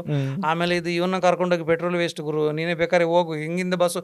ನಾನು ಹೆಂಗೆ ಅಂತಂದ್ರೆ ಅವಿ ಇದು ಎಷ್ಟು ಪೆದ್ದ ಅಂತಂದ್ರೆ ನಾಗರಬಾವಿ ವಿಜಯನಗರ ಎಷ್ಟು ದೂರ ಅಂತ ನಿಮ್ಗೆ ಗೊತ್ತು. ಹಿಂಗೆ ಜಂಪ್ ಮಾಡಿದ್ರೆ ನಾಗರಬಾವಿಯಿಂದ ವಿಜಯನಗರ. ನನಗೆ ವಿಜಯನಗರದಲ್ಲಿ ಇದ್ದೀನಿ, ನನಗೆ ನಾಗರಬಾವಿಗೆ ಹೋಗ್ಬೇಕು. ನಾನು ವಿಜಯನಗರದಿಂದ ಮೆಜೆಸ್ಟಿಕ್ ಬಸ್ ಹಿಡಿದು ಮೆಜೆಸ್ಟಿಕ್ ಹೋಗಿ ಅಲ್ಲಿಂದ ನಾಗರಬಾವಿ ಬಸ್ ಹಿಡಿದು ಬರ್ತಿದ್ದೆ ನಾನು. ಓಕೆ, ನಂಗೆ ಗೊತ್ತಿಲ್ಲ ಅವಿ. ಓಕೆನಾ, ಆಕ್ಚುಲಿ ಫಸ್ಟು ನಾನು ನಾಟಕ ಮಾಡೋಕ್ಕೆ ಟೌನಲ್ಲಿ ಬಂದಾಗ ಟೌನಲ್ಲಿ ಇಲ್ಲಿ ಅಂತ ಗೊತ್ತಿರಲಿಲ್ಲ. ನಾನು ಇಲ್ಲಿ ಫಸ್ಟ್ ಆಡಿಷನ್ ಇದ್ದಿದ್ದೆ ಕಾಪಿ ಕಾರ್ಡ್ ಸರ್ದು ಇಲ್ಲಿ ಡಾನ್ ಬಾಸ್ಕೋದಲ್ಲಿ. ಡಾನ್ ಬಾಸ್ಕೋ ಇಲ್ಲಿ ಅಂತ ನಂಗೆ ಗೊತ್ತಿರಲಿಲ್ಲ. ಹಂಗೆ ಸೊ ಎಲ್ಲ ಆಡಿಷನ್ ಫ್ಲಾಪ್. ನಾನು ಅಷ್ಟು ಹೋಗಿರೋ ಎಲ್ಲ ಆಡಿಷನ್ ಫ್ಲಾಪ್, ಅಟ್ಟ ಫ್ಲಾಪ್. Very good. ಅದಕ್ಕೆ ಇಲ್ಲಿ ತನಕ ಬಂದಿದ್ದೀರಿ ನೀವು. ಯಾಕೆಂತಂದ್ರೆ ಒಂದು ಆ್ಯಕ್ಟ್ ಮಾಡುವಾಗ ಏನು ಗೊತ್ತಾ, ಅದು ಒಂದು ಪುಟ್ಟದ ರಂಗಭೂಮಿದ ಅನುಭವ ಇತ್ತಲ್ಲ. ಆ್ಯಕ್ಟ್ ಮಾಡುವಾಗ ಏನೋ ಸ್ವಲ್ಪ ಇಂಪ್ರೆಸ್ ಆದಂಗೆ ಇರೋರು. ಆಮೇಲೆ ಮಂಗಳೂರ ಹೋಗಿ ಹೇಳ್ತೀವಿ ಅಂತ ಅನ್ನೋರು. ಅಂದರೆ ಬಾಯಿ ಓಪನ್ ಮಾಡಿದ್ರಿ ಅಂತದ ಸಾವು ಇದೇ ಬರೋದು. ಸೊ ಎಲ್ಲೂ ಸಿಗ್ತಿರ್ಲಿಲ್ಲ. ಕೊನೆಗೆ ನನ್ನ ಪುಣ್ಯಕ್ಕೆ ಮಂಗಳೂರದೇ ಅವಕಾಶ ಸಿಕ್ತು.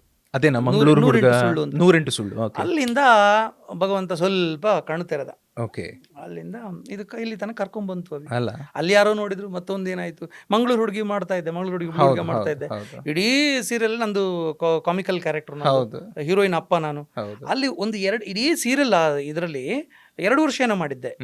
ಒಂದೇ ಒಂದು ಸೀನಲ್ಲಿ 2 ನಿಮಿಷದ ಕಂಟೆಂಟ್ ಏನು ಸೀರಿಯಸ್ ಆಗಿ ಮಾತಾಡೋದಿತ್ತು. ಓಕೆ, ಅದರ ಎಕ್ಸಿಕ್ಯೂಟಿವ್ ಪ್ರೊಡ್ಯೂಸರ್, ಎವ್ರಿ ಸೀರಿಯಲ್ಗೆ ಒಬ್ಬ ಎಕ್ಸಿಕ್ಯೂಟಿವ್ ಪ್ರೊಡ್ಯೂಸರ್ ಅಂತ ಚಾನಲ್ ಅಲ್ಲಿ ಇರ್ತಾರೆ. ರೈಟ್.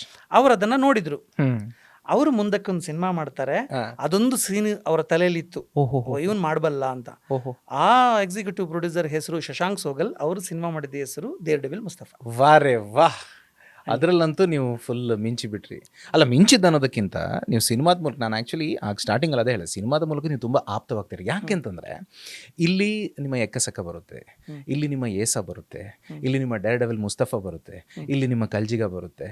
ಸೊ ಈ ರೋಲ್ಸ್ಗಳೆಲ್ಲ ಇದೆಯಲ್ಲ, ಈ ಸಿನಿಮಾದಲ್ಲಿ ಯು ಬಿಕಮ್ ಮಚ್ ಕ್ಲೋಸರ್. ಈ ಧಾರಾವಾಹಿ ನೋಡುವಂಥ ಒಂದು ವರ್ಗನೇ ಬೇರೆ ಇದೆ. ಬಿಕಾಸ್ ಉಡುಪಿಯಲ್ಲೆಲ್ಲ ನಾವೆಲ್ಲ ಸುತ್ತಾಡ್ತಾ ಇದ್ದಾಗೆಲ್ಲ ಲೇಡೀಸ್ ಎಲ್ಲ ಬಂದು ನಿಮ್ಮ ಹತ್ರ ಏನು ಮಾತಾಡ್ತಿದ್ರು ನಮ್ಗೆ ಗೊತ್ತಿದೆ. Okay, coming back to the point. One point of time ನಿಮಗೆ ಧಾರಾವಾಹಿ ಇದೆಯಲ್ಲ, ಇದು ಬೇಡ ನನಗೆ ಅಂತ ಅನಿಸ್ತಾ? ಇಲ್ಲ, ಏನು ಗೊತ್ತಾ, ಎಲ್ಲದಕ್ಕೂ ಒಂದು ಒಳ್ಳೆಯ ಮುಖ ಇದೆ, ಎಲ್ಲದಕ್ಕೂ ಒಂದು ಕೆಟ್ಟ ಮುಖ ಇದೆ. ಎಲ್ಲ ಕೆಲಸಗಳಿಗೂ, ಎಲ್ಲ ವ್ಯಕ್ತಿಗಳಿಗೂ, ಪ್ರತಿಯೊಂದು ಎಲ್ಲ ವಿಷಯಗಳು. ಧಾರಾವಾಹಿದು ಒಂದು ಪಾಸಿಬಿಲಿಟೀಸ್ ಏನು ಗೊತ್ತಾ, ನೀವು ಮೊನ್ನೆ ಯಾವುದು ಅನಾರ್ಕಲಿ ಸಿನಿಮಾ ಮುಗಿಸ್ಕೊಂಡು ಹೊರಗೆ ಬರಬೇಕಾದ್ರೆ, ಅಥವಾ ಇದೇ ಕಲ್ಜಿಗ ಮುಗಿಸ್ಕೊಂಡು ಬರಬೇಕಾದ್ರೆ ಚೆನ್ನಾಗಿ ಮಾಡಿದೆ, ಬಟ್ ನೀವು ನನಗೆ ಸಿತಾರ ಆಗಿತ್ತು, ತುಂಬ ಇಷ್ಟ ನನಗೆ ಅಂತ ಹೇಳ್ಬಿಟ್ಟು ಹೋದ್ರು. ನೋಡಿ, ಅಂದ್ರೆ ಏನು ಗೊತ್ತಾ, ಧಾರಾವಾಹಿ ಅಂತಂದ್ರೆ ನಾವೇ ಮನೆಗೆ ಹೋಗ್ತೀವಿ, ಸಿನಿಮಾ ಅಂತಂದ್ರೆ ಅವ್ರ ಮನೆಯಿಂದ ಬರಬೇಕು. ಕರೆಕ್ಟ್, ಓಕೆನಾ? ಸೊ ನಾವು ಪ್ರತಿ ಮನೆಗೆ ಹೋಗ್ತೀವಿ. ಸೊ ಹಂಗಾಗಿ ಅವ್ರ ಮನೆಯವರು ಅಂತ ಅನ್ಸುತ್ತೆ. ಏನು ಬೈಕೊಂಡು ನೋಡೋರು. ಹೌದಪ್ಪ, ಅದು ಗೀತಾ. ಹೌದು, ಗೀತಾ ಸೀರಿಯಲ್ ಬೈಕೊಂಡು ನೋಡೋರು. ಸೊ ಅದೊಂಥರ ಖುಷಿ ಅವಿ. ಎಲ್ಲಿ ಸಿಕ್ಕರು ಅಂದರೆ ಸಿತಾರ ಅಂತಾನೆ ಮಾತಾಡ್ಸೋರು, ಅದೊಂಥರ ಮಜಾ ಅದು. ಬಟ್ ಏನಾಗುತ್ತೆ, ನನಗೀಗ 39 ಅವಿ, ಏನೋ ಮಾಡ್ಬೇಕನ್ನೋ ತುಡಿತ ಈಗಿದೆ ನನಗೆ. ಅದು 60ರಲ್ಲಿ ಇರುತ್ತಾ ಅಂತ ಗೊತ್ತಿಲ್ಲ ನನಗೆ. ಸೊ ಏನಾಗುತ್ತೆ, ಈಗ ನಾನು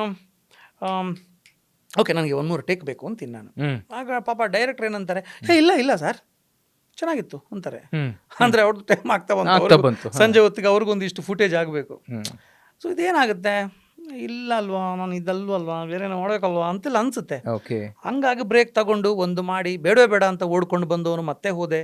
ಹ್ಮ್ of course matter of money, money bread and butter. Yeah ಈಗ ಗೀತ ಮುಗೀತು, ಮತ್ತೆ ಬಂದಿದ್ದೀನಿ, ಹ್ಮ್ ಅದೇ ಉದ್ದೇಶ. ಹ್ಮ್ ಸೊ ಅದೇ ಜನರನ್ನ ಮಿಸ್ ಮಾಡ್ಕೊತಿದ್ದೀನಿ, ಹಂಗೆ ಹೇಳೋರನ್ನ ಮಿಸ್ ಮಾಡ್ಕೊತಿದ್ದೀನಿ, ನಾನು ಇಲ್ಲ ಅಂತ ಹೇಳಲ್ಲ. ಕರೆಕ್ಟ್ ಬಟ್ ಕೆಲಸ ಅಂತಂದ ಬಂದಾಗ ಒಂದು ಕಿಕ್ ಕೊಡ್ಬೇಕು, ಏನೋ ಒಂದು ಮಜಾ ಕೊಡ್ಬೇಕು. ನಾನು ಒಂದು ಹೇಳ್ತೀನಿ ಅವಿ, ನಾನು ಯಾವುದೇ ಕೆಲಸವನ್ನು ಮಾಡೋದು ನನ್ನ ಖುಷಿಗೋಸ್ಕರ ಮಾತ್ರ, ನಿಮ್ಮನ್ನು ಇಂಪ್ರೆಸ್ ಮಾಡೋದು ದೇವರಣೆಗೂ ಅಲ್ಲ. ಇದು ಬಹಳ ಒಳ್ಳೆ ಮಾತು, ಇದು ತುಂಬಾ ಒಳ್ಳೆ ಮಾತು.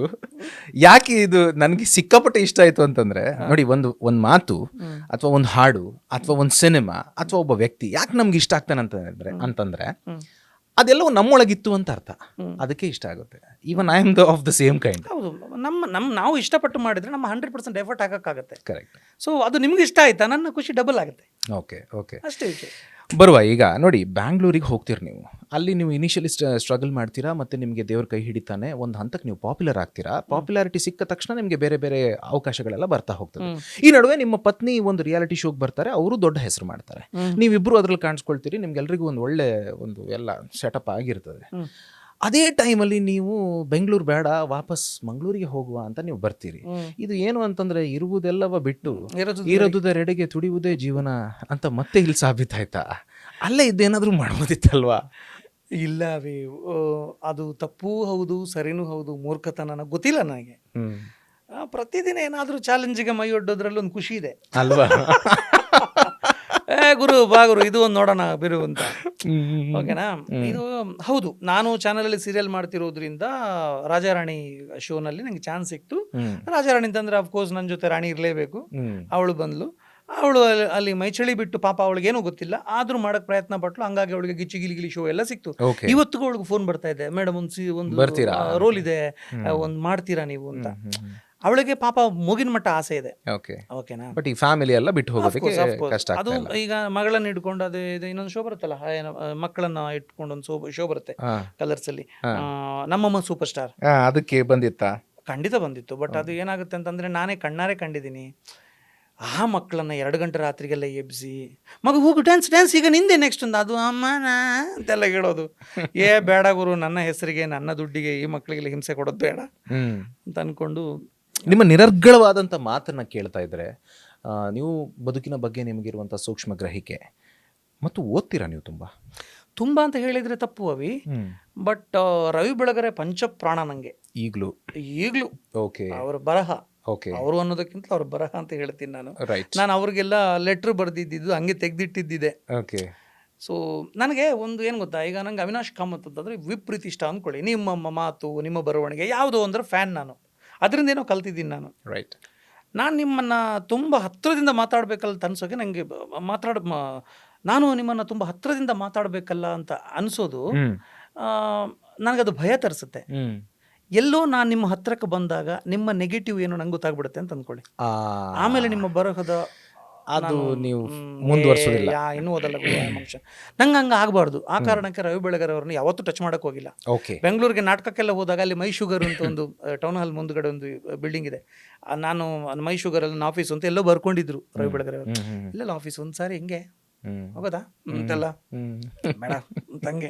ಆಮೇಲೆ ಭೈರಪ್ಪ ಅವರು ತುಂಬಾ ಇಷ್ಟ. ಸಾಧಾರಣ ತುಂಬ ದೊಡ್ಡ ಓದುಗ ಅಲ್ಲ, ಜೋಗಿ ಅವ್ರನ್ನ ಓದ್ತೀನಿ ಹಂಗೆ. ಅಲ್ಲ ಅದೇ ಹಾಗೆ ಬರೋದು. ಗಂಗಾವತಿ ಪ್ರಾಣೇಶ್ ಅವರು ಹೇಳ್ತಾರೆ, ನಾನು ಈ ಥರ ನಿರರ್ಗಳವಾಗಿ ನಿಮ್ಮ ಮುಂದೆ ನಿಂತು ಗಂಟೆಗಟ್ಟಲೆ ಮಾತನಾಡೋದಕ್ಕೆ ಕಾರಣ ಏನು ಅಂತಂದರೆ ಅದು ನನ್ನ ಓದು. ಯಾಕೆಂದರೆ ಓದಿದ್ದೆಲ್ಲ ಇಲ್ಲಿ ತುಂಬಿದ್ದೆಲ್ಲ ಹೊರಗೆ ಬರಬೇಕಲ್ಲ, ಅದೆಲ್ಲ ಇಲ್ಲಿಂದ ಬರುತ್ತೆ ಅಂತ. ಬಿಕಾಸ್ ಒಬ್ಬ ಒಳ್ಳೆ ನಟ ಆಗಿರುವವರು ಒಬ್ಬ ಒಳ್ಳೆ ಮಾತುಗಾರನಾಗಿರ್ಬೇಕಾಗಿಲ್ಲ. ಅದಕ್ಕೋಸ್ಕರ ನಾನು ನಿಮ್ಮ ಸಾಹಿತ್ಯ, ಓದು, ಬದುಕಿನ ಬಗೆಗಿನ ಸೂಕ್ಷ್ಮ ಗ್ರಹಿಕೆ ಬಗ್ಗೆ ನಾನು ಇದನ್ನು ಕೇಳಿದೆ. ಈಗ ಓದಿನ ಬಗ್ಗೆ ನಾನು ಅಂದುಕೊಂಡಿದ್ದು ಅವಿ 2 ವಿಚಾರ ಇದೆ ಓದಿನ ಬಗ್ಗೆ. ಒಂದು, ಒಬ್ಬ ಮನುಷ್ಯ ಸಿಕ್ಕಾಪಟ್ಟೆ ಓದೋದು ತನ್ನ ಒಳಗಡೆಯ ಬೆಳವಣಿಗೆಗೋಸ್ಕರ. ಸರಿ. ಆ ಮನುಷ್ಯ ಮಾತು ಕಮ್ಮಿ ಮಾಡ್ತಾನೆ. ಸರಿ. ಇನ್ನೊಂದು, ನಾನು ಓದೋದೇ ಹೊರಗಡೆ ಈ ಥರ ಮಾತಾಡೋಕ್ಕೆ. ನಾನು 2ನೇ ಕ್ಯಾಟಗರಿ ಅಂತ ಅನ್ಸುತ್ತೆ ನನಗೊಂದೊಂದು ಸರಿ. ಎಷ್ಟು ಮಾತಾಡ್ತೀನಿ ಗುರು ನಾನು ಅಂತ.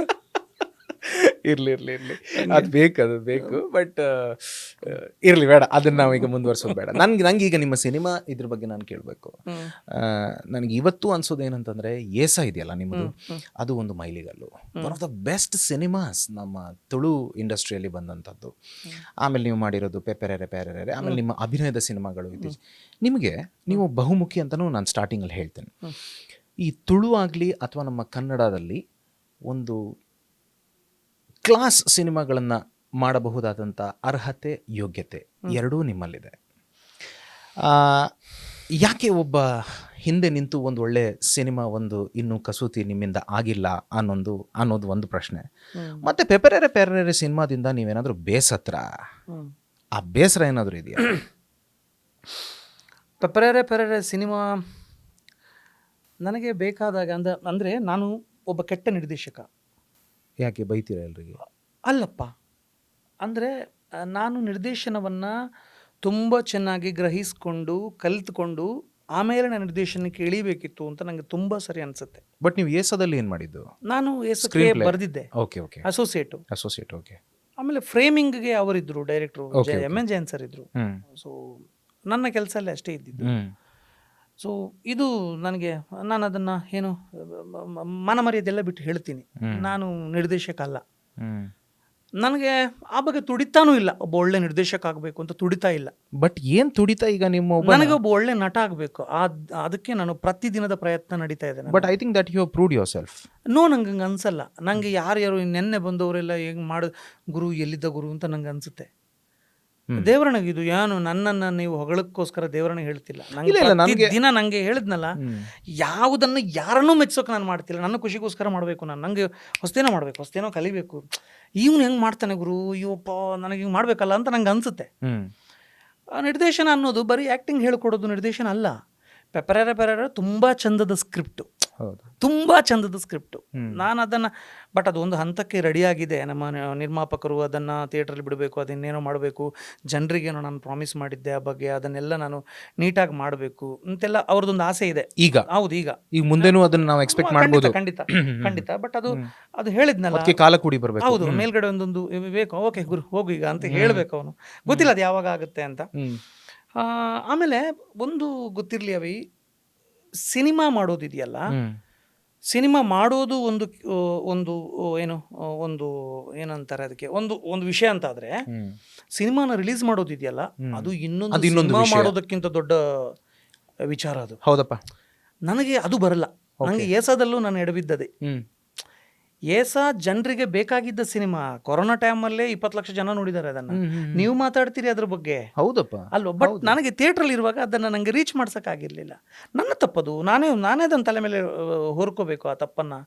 ಯಾಕಂತಂದರೆ ಜನರಿಗೆ ಬೇಕಿತ್ತು ಆ ಸಿನಿಮಾ, ಬೇಕಾಗಿದ್ದನ್ನ ತಾನೇ ಅವ್ರು ಯೂಟ್ಯೂಬಲ್ಲಿ ನೋಡಿದ್ದು. ಹೌದಪ್ಪ ಅಲ್ವಾ? ನನಗೆ ರೀಚ್ ಮಾಡೋಕ್ಕಾಗಲಿಲ್ಲ. ಅದೊಂದು ಇದೆಯಲ್ಲ, ರೀಚ್ ಮಾಡೋದು ಇದೆಯಲ್ಲ, ಅದು ತುಂಬ ದೊಡ್ಡ ಕೆಲಸ. ಅದು ನನಗೆ ಮಾಡೋಕ್ಕೆ ಬರ್ತಿಲ್ಲ, ಹೆಂಗೆ ಅಂತ ಗೊತ್ತಿಲ್ಲ ನನಗೆ. ಸೊ ಈ ಕಾರಣಕ್ಕೋಸ್ಕರ ನಾನು, ಬಟ್ ನನಗೆ ಸಿನಿಮಾ ಅಂತಂದಾಗ ಸಿನಿಮಾಗೇನೋ ಬರಿಬೇಕು, ನೀವು ಕಸೂತಿ ಅಂತಂದ್ರಲ್ಲ, ಚಂದದ ಶಬ್ದ ಅದು, ಆ ಕಸೂತಿ ಕೆಲಸ ಮಾಡಬೇಕು ಅನ್ನೋದಿದೆ. ಒಂದು ತುಳು ಚಿತ್ರ ಮಾಡೋಣವಾ ಅಂತ ನಾನು ನಿರ್ದೇಶನ ಮಾಡ್ತೀನಿ ಅಂತ ಒಬ್ರು ಹೇಳಿದ್ದಾರೆ.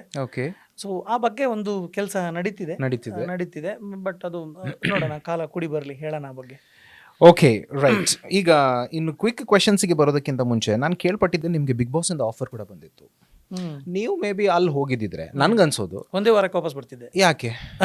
ಒಂದ ಕಾಂಟ್ರವರ್ಸಿ, ಎರಡನೇದಾಗಿ ಇವನಿಂದ ಏನು ಪ್ರಯೋಜನ ಇಲ್ಲ, ಹೋಗು ಗುರುವೆ ಅಂತ ಅಂತಿರೋರು. ಅಲ್ಲ, ಒಬ್ಬ ಪ್ರಬುದ್ಧ ಮತ್ತೆ ಒಬ್ಬ ಇಂಟೆಲೆಕ್ಟ್ ಆದಂಥ ಪಾರ್ಟಿಸಿಪೆಂಟನ್ನು ಮೇ ಬಿ ಕನ್ನಡದ ಜನತೆ ನೋಡ್ಬೋದಾಗಿತ್ತೇನೋ ಅಂತ.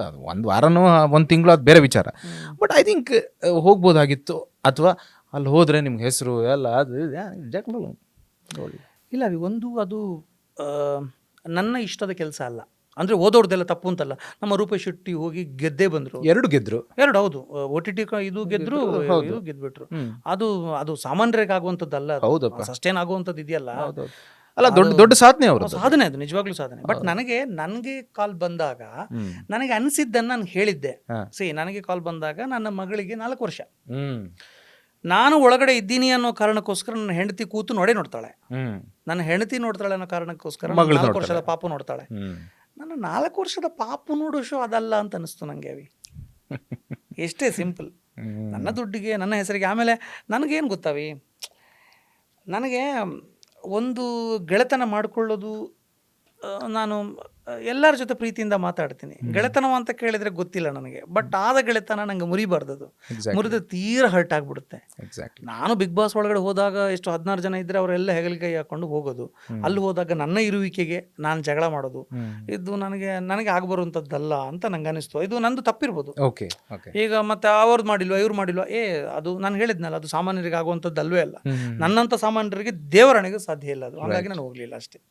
ಈ ಕಾಮಿಡಿ ಪಾತ್ರಗಳು, ಡೇರ್ ಡೆವಿಲ್ ಮುಸ್ತಫಾದಲ್ಲಿ ಒಬ್ಬ ಸೀರಿಯಸ್ ಆದಂಥ ಪಿ ಟಿ ಮಾಸ್ಟ್ರು, ಆಮೇಲೆ ಇದರಲ್ಲಿ ಈಗ ಕಲ್ಜಿಗಾದಲ್ಲಿ ಇನ್ನೊಂದು ಶೇಡ್ ಕ್ಯಾರೆಕ್ಟರ್ ನಿಮ್ಮದು, ಇಷ್ಟೆಲ್ಲ ನೀವು ಅಭಿನಯ ಮಾಡಿರುವಂಥ ಸಿನಿಮಾ ಅಥವಾ ನಾಟಕಗಳಾಗಿರ್ಬೋದು, ತೀರಾ ಆಪ್ತವಾದಂಥ, ತೀರಾ ಹತ್ತಿರವಾದಂಥ, ಎಲ್ಲದಕ್ಕೂ ಒಂದೊಂದು ಇದ್ದೇ ಇರ್ತದಲ್ವಾ, 1 2 3 4, ಯಾವ ರೋಲ್ ನಿಮ್ಗೆ ಇನ್ನೂ ತುಂಬ ಕಾಡ್ತಾ ಇದೆ?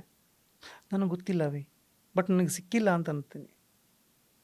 ನನಗೆ ಇಂಥದ್ದೊಂದು ಪಾತ್ರ ಜೀವಿಸಬೇಕು ಅಂತಿದೆ, ಅದು ಯಾವುದು ಅಂತ ನನಗೆ ಜಡ್ಜ್ಮೆಂಟ್ ಇಲ್ಲ. ಅಬ್ಬಾ, ಇದು ನಾನು ನಿನ್ನೆ ಯಾವುದೋ ಇಂಟರ್ವ್ಯೂ ನೋಡ್ತಾ ಇದ್ದೆ, ಅದ್ರಲ್ಲಿ ಯಾರೋ ಒಬ್ರು ಹೇಳ್ತಾ ಇದ್ದೆ, ಯಾವುದೊಂದು ನೆನಪಾಗ್ತಿಲ್ಲ, ನಾನು ಏನೋ ಮಾಡ್ಬೇಕಂತಿದ್ದೇನೆ ಲೈಫಲ್ಲಿ, ಬಟ್ ಏನಂತ ಗೊತ್ತಾಗ್ತಿಲ್ಲ.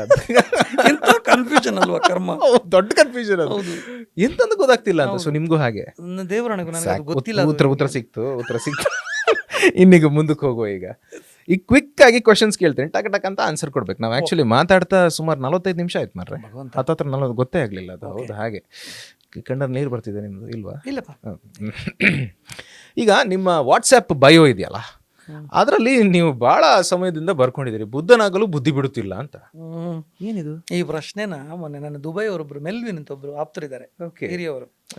ಅವರು ದುಬೈಯಿಂದ ಬಂದಾಗೆಲ್ಲ ಬನ್ನಿ ಚಾ ಕುಡಿಯೋಣ ಅಂತ ಕರೀತಾರೆ ನನ್ನನ್ನು, ತುಂಬಾ ಅತ್ಯಾಪ್ತತೆಯಿಂದ ಕರೀತಾರೆ. ಅವ್ರು ಮೊನ್ನೆ ಹೇಳಿದ್ದದೆ, ಅದು ಏನದು ನನ್ಗೆ ಅದು ಇಷ್ಟ ಆಗಲಿಲ್ಲ. ಬುದ್ಧ ಅಂದ್ರೆ ಏನು ಗೊತ್ತಾ ನಿಮಗೆ? ಅಲ್ಲ, ನನಗೆ ಇಷ್ಟ ಆಯಿತು. ಅಲ್ಲ, ಅವ್ರಿಗೆ ಹೇಳಿದ ಚಂದ ಇದೆ. ಅವರು ಆ್ಯಕ್ಚುಲಿ ಪಕ್ಕಾ ಕ್ಯಾಥಲಿಕ್. ಅವರು ಬೈಬಲನ್ನು ಓದಿ ಅದ್ರ ತಕ್ಕಂಗೆ ಬದುಕ್ತಿದ್ದಾರೆ. ಓಕೆ. ಅವರು ಮಹಾಭಾರತನ ಅಥವಾ ಗೀತೆನ ಆಗ್ಲೇ ಓದಿದ್ದಾರೆ. ಅವರು ತುಂಬಾ ಪ್ರೀತಿ ಅವರಿಗೆ ಗೀತೆ ಅಂತಂದ್ರೆ. ಈಗ ಕುರಾನ್ ಓದ್ತಿದ್ದಾರೆ ಅವರು ಅಂತ ನನ್ನ ಸರ್ಕಲ್ ಹೇಳಿದ್ನಲ್ಲ, ಚಂದದ ವ್ಯಕ್ತಿಗಳಿದ್ದಾರೆ. Very good. ಅವ್ರು ಹೇಳ್ತಾರೆ, ನಿಮ್ಗೆ ಗೊತ್ತಾ, ನಾನು ಇತ್ತೀಚೆಗಷ್ಟೇ ಶುರು ಮಾಡಿದೆ ನಾನು ಬುದ್ಧನ ಬಗ್ಗೆ ಓದೋಕೆ. ಬುದ್ಧ ಅಂದ್ರೆ ನಿಮ್ಗೆ ಗೊತ್ತಿಲ್ಲ, ಅದು ಸಾಮಾನ್ಯ ಅಲ್ಲ, ಯಾಕೆ ಬರ್ಕೊಂಡಿದ್ದೀರಿ ಹಂಗೆ ಅಂತ ಹೇಳಿದ್ರು. ನಾನಂದೆ, ಸರ್, ಬುದ್ಧ ಅಂದಾಗ ತಲೆಗೇನು ಬರುತ್ತೆ? ಒಂದು ನಿಷ್ಕಲ್ಮಶವಾದಂಥ ನಗು, ಸುಮ್ಮನೆ ಕೂರೋದು ಅಲ್ವಾ? ನನಗೆ ಎಷ್ಟೊಂದು ಕೆಲವು ಕಮೆಂಟ್ಗಳನ್ನು ನೋಡಿದಾಗಲೇ ತಡ್ಕೊಳಕ್ಕಾಗಲ್ಲ. ಹಿಂಗೆ ಈ ಬುದ್ಧನ ಥರ ಇದನ್ನೆಲ್ಲ ನೋಡಿ, ಬುದ್ಧ ಭವತಿ ಭಿಕ್ಷಾಂದಿ ಅಂತಂದಾಗ ಈಗ ಕೆಟ್ಟದಾಗ ಬೈದರೆ, ಇಲ್ಲ ನಾನು ಇದನ್ನು ತಿನ್ನೋದಿಲ್ಲ ಅನ್ನೋದಂತೆ, ನನಗೆ ಬೇಡ ಅದಿಟ್ಟು, ನಂಗೆ ಬೇಡ ಅಂತಂದರೆ ನೀವು ಇಟ್ಕೋಬೇಕು ಅಂತ ಅರ್ಥ ತಾನೆ. ಕೆಟ್ಟದಾಗ ಬೈದಾಗೆಲ್ಲ ಇಲ್ಲ ನನಗೆ ಬೇಡ ಅದು ಅಂತಂದರೆ ಬೈದವ್ರಿಗೆ ಹಂಗೆ ಅಲ್ವಾ? ಹಾಗೆ ನನಗೆ ಆ ಮೆಂಟ್ಯಾಲಿಟಿಗೆ ಹೋಗಬೇಕು ಅಂತ. ಬಟ್ ನನಗೆ ಕೆಟ್ಟ ಬುದ್ಧಿ ಬಿಡ್ತಿಲ್ಲ, ತುಂಬ ಕೆಟ್ಟ ಏನು ಹಿಂಗೆ ಬದುಕಕ್ಕೆ ನಂಗೆ ಇಷ್ಟ ಇಲ್ಲ ಗುರು ಅಂತ ಅನ್ನೋವಂಥ ಬುದ್ಧಿಗಳು ನನಗಿದೆ. ಓಕೆನಾ? ಅದನ್ನೆಲ್ಲ ಬಿಟ್ಟು ಒಂದು ಬುದ್ಧನ ಥರ ಆದರೆ ಎಷ್ಟು ಚಂದ ಅಲ್ವೇ ಗುರುವೇ ಅಂತ, ಅದಕ್ಕೋಸ್ಕರ ಅಷ್ಟೇ ಬುದ್ಧನಾಗಲು ಬುದ್ಧಿ ಬಿಡ್ತಿಲ್ಲ ಅಂತ. ಚೆನ್ನಾಗಿದೆ, ಅದು ನೋಡ್ಲಿಕ್ಕೂ ಓದ್ಲಿಕ್ಕೂ ತುಂಬ ಚೆನ್ನಾಗಿದೆ ಅಂತ ಹೇಳ್ಬೋದು. ಅದಕ್ಕೆ ಜಸ್ಟ್ ಸುಮ್ಮನೆ ಒಂದು ಕ್ಲಾರಿಫಿಕೇಶನ್ ಇರಲಿ. ಈಗ ರಂಗಭೂಮಿ, ಧಾರಾವಾಹಿ ಮತ್ತು ಸಿನಿಮಾ, ನಿಮ್ಮ ಮೊದಲ ಪ್ರೀತಿ? ಅಭಿನಯ. Very good. ಒಂದು 5-6 ಹೆಸರುಗಳು, ಅವರನ್ನು ನೀವು ವರ್ಣಿಸಬೇಕು ಅಥವಾ ನಿಮ್ಮ ವ್ಯಾಖ್ಯಾನ ಬೇಕು ಅವರ ಬಗ್ಗೆ. ಮೊದಲು ನಿಮ್ಮ ಮೇಷ್ಟ್ರು ಕಾಪಿಕಾಡ್ ಅವರು, ಅವ್ರ ಬಗ್ಗೆ ನಾನು ವ್ಯಾಖ್ಯಾನ ಕೊಡೋದು ಹೆಂಗಿರುತ್ತೆ ಅಂತಂದ್ರೆ ಅವಿ, ಜೇನಿನ ಬಗ್ಗೆ ಜೇನಿನ ಹುಳಗಳಿಗೆ ಹೇಳಿಕೊಟ್ಟಂಗೆ ಇರ್ತದೆ. ಅದು ಅಸಂಬದ್ಧ ನಾನು ಹೇಳೋದು. ನಾನು ನನ್ನ ಒಂದು ಸೀಕ್ರೆಟನ್ನು ಮೊನ್ನೆ ಬಿಚ್ಚಿಟ್ಟೆ. ನಮ್ಮ ಗುರುಬಾಯರ್ ಅಂತ ನನ್ನ ಆಪ್ತರು, ಮ್ಯೂಸಿಷಿಯನ್, ನಮ್ಮ ತಳವಿತಳ ಶೂರ ಎಲ್ಲ ಅವರೇ ಕಂಪೋಸ್ ಮಾಡಿದ್ದು. ನಾನು ನಾಟಕದಲ್ಲಿ ಇಲ್ಲ ಅಂದ್ರೂ ಊರಲ್ಲಿದ್ದರೆ ನಾಟಕದ ಪ್ರಾಕ್ಟೀಸ್ ನಡೀತಿದೆ ಅಂದಾಗ ನಾನು ಅಲ್ಲಿ ಹೋಗಿ ಕೂಡ್ತೀನಿ, ಸುಮ್ಮನೆ ಕೂಡ್ತೀನಿ, 1-2 ದಿನ ಹೋಗ್ತೀನಿ. ನಾನು ಏನಕ್ಕೆ ಗೊತ್ತಾ, ಕಾಪಿಕಾಡ್ ಸರ್ ಸೀರಿಯಸ್ ಕ್ಯಾರೆಕ್ಟರ್ನ ಹೇಳ್ಕೊಡೋ ರೀತಿ ಇದೆಯಲ್ಲ, ಅದೊಂಥರ ಬೇರೆ ರೀ, ಅದು ಬೇರೆ. ಅದು ಹೌದಾ? ನನಗೆ ಅದನ್ನು ಕಲಿಯೋಕ್ಕೆ ಹೋಗ್ತೀನಿ ನಾನು ಕದ್ದು.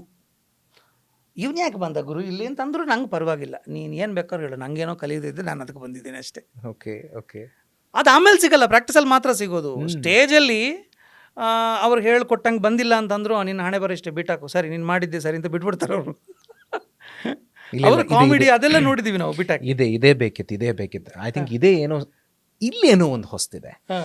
ಕಾಪಿಕಾಡ್ ಅವರು ಸೀರಿಯಸ್ ಕ್ಯಾರೆಕ್ಟರನ್ನು ಒಂದು ಡೈರೆಕ್ಟ್ ಮಾಡಿದರೆ ಹೇಗಿರ್ತಂತ ಈಗ ನಾನು ಅದನ್ನು ಇಮ್ಯಾಜಿನ್ ಮಾಡ್ತಾ ಇದ್ದೇನೆ, ಹೇಗಿರ್ಬೋದಪ್ಪ ಇವರು ಸೀರಿಯಸ್ ಆಗಿ. ನಾನು ಅವತ್ತಿಂದ ಅವ್ರಿಗೆ ಬಡ್ಕೊಳ್ತಿದ್ದೀನಿ ಸರ್. ನಾಳೆ ದಿನ ನಿಮ್ಮ ಬಗ್ಗೆ ಯಾರೋ ಒಬ್ರು PhD ಮಾಡ್ತಾರೆ, ಡಾಕ್ಟರೇಟ್ ಪಡೆದವರು, ಅಫ್ಕೋರ್ಸ್ ಅಷ್ಟು ಕಂಟೆಂಟ್ ಇದೆ ಅವ್ರ ಬಗ್ಗೆ. PhD ಮಾಡೋದು ಒಂದು 50 ವರ್ಷ ಬಿಟ್ಟು PhD ಮಾಡ್ತಾರೆ ಅಂತಂದಾಗ ಒಳ್ಳೆ ನಟ ಅಂತಾನು ಬರುತ್ತೆ. ಆವಾಗ ಒಳ್ಳೆ ನಟ ಅಂತಂದಾಗ ಎಂತೆಂಥ ಪಾತ್ರಗಳು ಮಾಡಿದ್ದಾರೆ ಅಂತಂದಾಗ ನೋಡಿದಾಗ ಕಾಮಿಡಿ ಪಾತ್ರಗಳು ತುಂಬ ಮಾಡಿದ್ದಾರೆ. ಬಟ್ ಒಂದು ಇದ್ದುಗುರು ಪಾತ್ರ, ಈಗ ಮಾಮು ನಾಟಕದಲ್ಲಿ ಹೋದ DK ಒಂದು ಮಾಡಿದ್ರು ವಿಲನ್, ಆ ಥರದ ಪಾತ್ರಗಳನ್ನ ನಾನು ಅವರಿಂದ ಬಯಸ್ತೀನಿ. ಬಟ್ ಅವರು ಗೊತ್ತಿಲ್ಲ ಯಾಕೆ ಮನಸ್ಸು ಮಾಡ್ತಿಲ್ಲ ಅಂತ. ಪಾಪ ಅದಕ್ಕೆ ಅವ್ರದ್ದಾದಂಥ ಕಾರಣಗಳಿರ್ಬೋದು. ಕಟ್ ಮಾಡಿ ಇದನ್ನು ಅವ್ರಿಗೆ ಕಳಿಸ್ಬೇಕು. ನಾವು ಬೈದ್ಬಿಡ್ತಾರೆ ಅದಕ್ಕೋಸ್ಕರ ಮಾತಾಡ್ತಾನೆ. ಓಕೆ, ಮುಂದಕ್ಕೆ ಹೋಗುವ. ನವೀನ್ ಪಡೀಲ್ ಮಗು ಅದು ಭೋಜರಾಜ ವಾಮಂಜೂರ್ ಅವರು. ಅದು ಒಂದು ಈ ಏನು ಗೊತ್ತಾ, ಹೆಣ್ಮಕ್ಳು ಅಪ್ಪಕೊಂಡು ಮಲ್ಗೋಕೊಂದು ದೊಡ್ಡ ಟೆಡ್ಡಿಬೇರ್ ಇಟ್ಕೊತಾರಲ್ಲ, ಆ ಥರ ಮನುಷ್ಯ. ಅದು ಗುದ್ದಲಬಹುದು, ಅದು ಹಿಂಗೆ ಹಿಂಗೂ ಮಾಡ್ಬೋದು ಅದನ್ನು, ಅಂಥದ್ದು. ಓಕೆ, ಈ ಪಲ್ಯಾರ ಅಂತಾನು ಹೇಳೋದಿದೆ, ಭೋಜನ ಅಂತೆಲ್ಲ ಹೇಳೋದಕ್ಕೆ.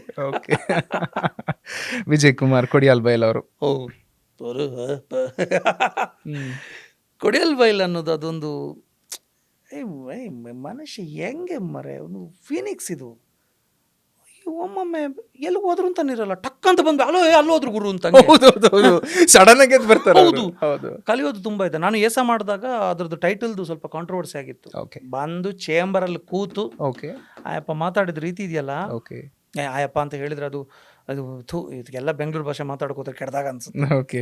ಅವ್ರು ಮಾತಾಡಿದ ರೀತಿ ಇದೆಯಲ್ಲ, thank you sir, love you. ಹೌದಾ? ಓಕೆ, 4 ಹೆಸರು ನಾನು ಹೇಳಿದೆ, ಇನ್ನು ಒಂದು ಹೆಸರು ನೀವೇ ಹೇಳಿ, ನೀವೇ ಚೂಸ್ ಮಾಡಿ ಯಾರ್ದಾದ್ರೂ ಒಬ್ಬರ ಬಗ್ಗೆ. ಯಾರ್ದು ಹೇಳಿ ನಾನು? ನಿಮಗೆ ಬಿಡ್ತಾ ಇದ್ದೇನೆ ನಾನು. ಯಾರ್ದು ಹೇಳಿ ನಾನು? ನನಗೆ ಇಲ್ಲ, ನೀವೇ ಹೇಳಿ. ಅಲ್ಲ, ಇಲ್ಲ ನೀವೇ ಹೇಳಿ. ಅದಕ್ಕೆ ನಾನು ಅದೇ ಹೇಳ್ತೀನಿ, ಅದೇ ಪ್ರಶ್ನೆ. ಈಗ 4 ನಾನು ಹೇಳಿ ಆಯ್ತು, ನೀವು ಹೇಳಿ. ಅದಾಯ್ತಲ್ಲ, ಅದು ನೀವೇ ಅಲ್ವಾ? ಹೌದಾ?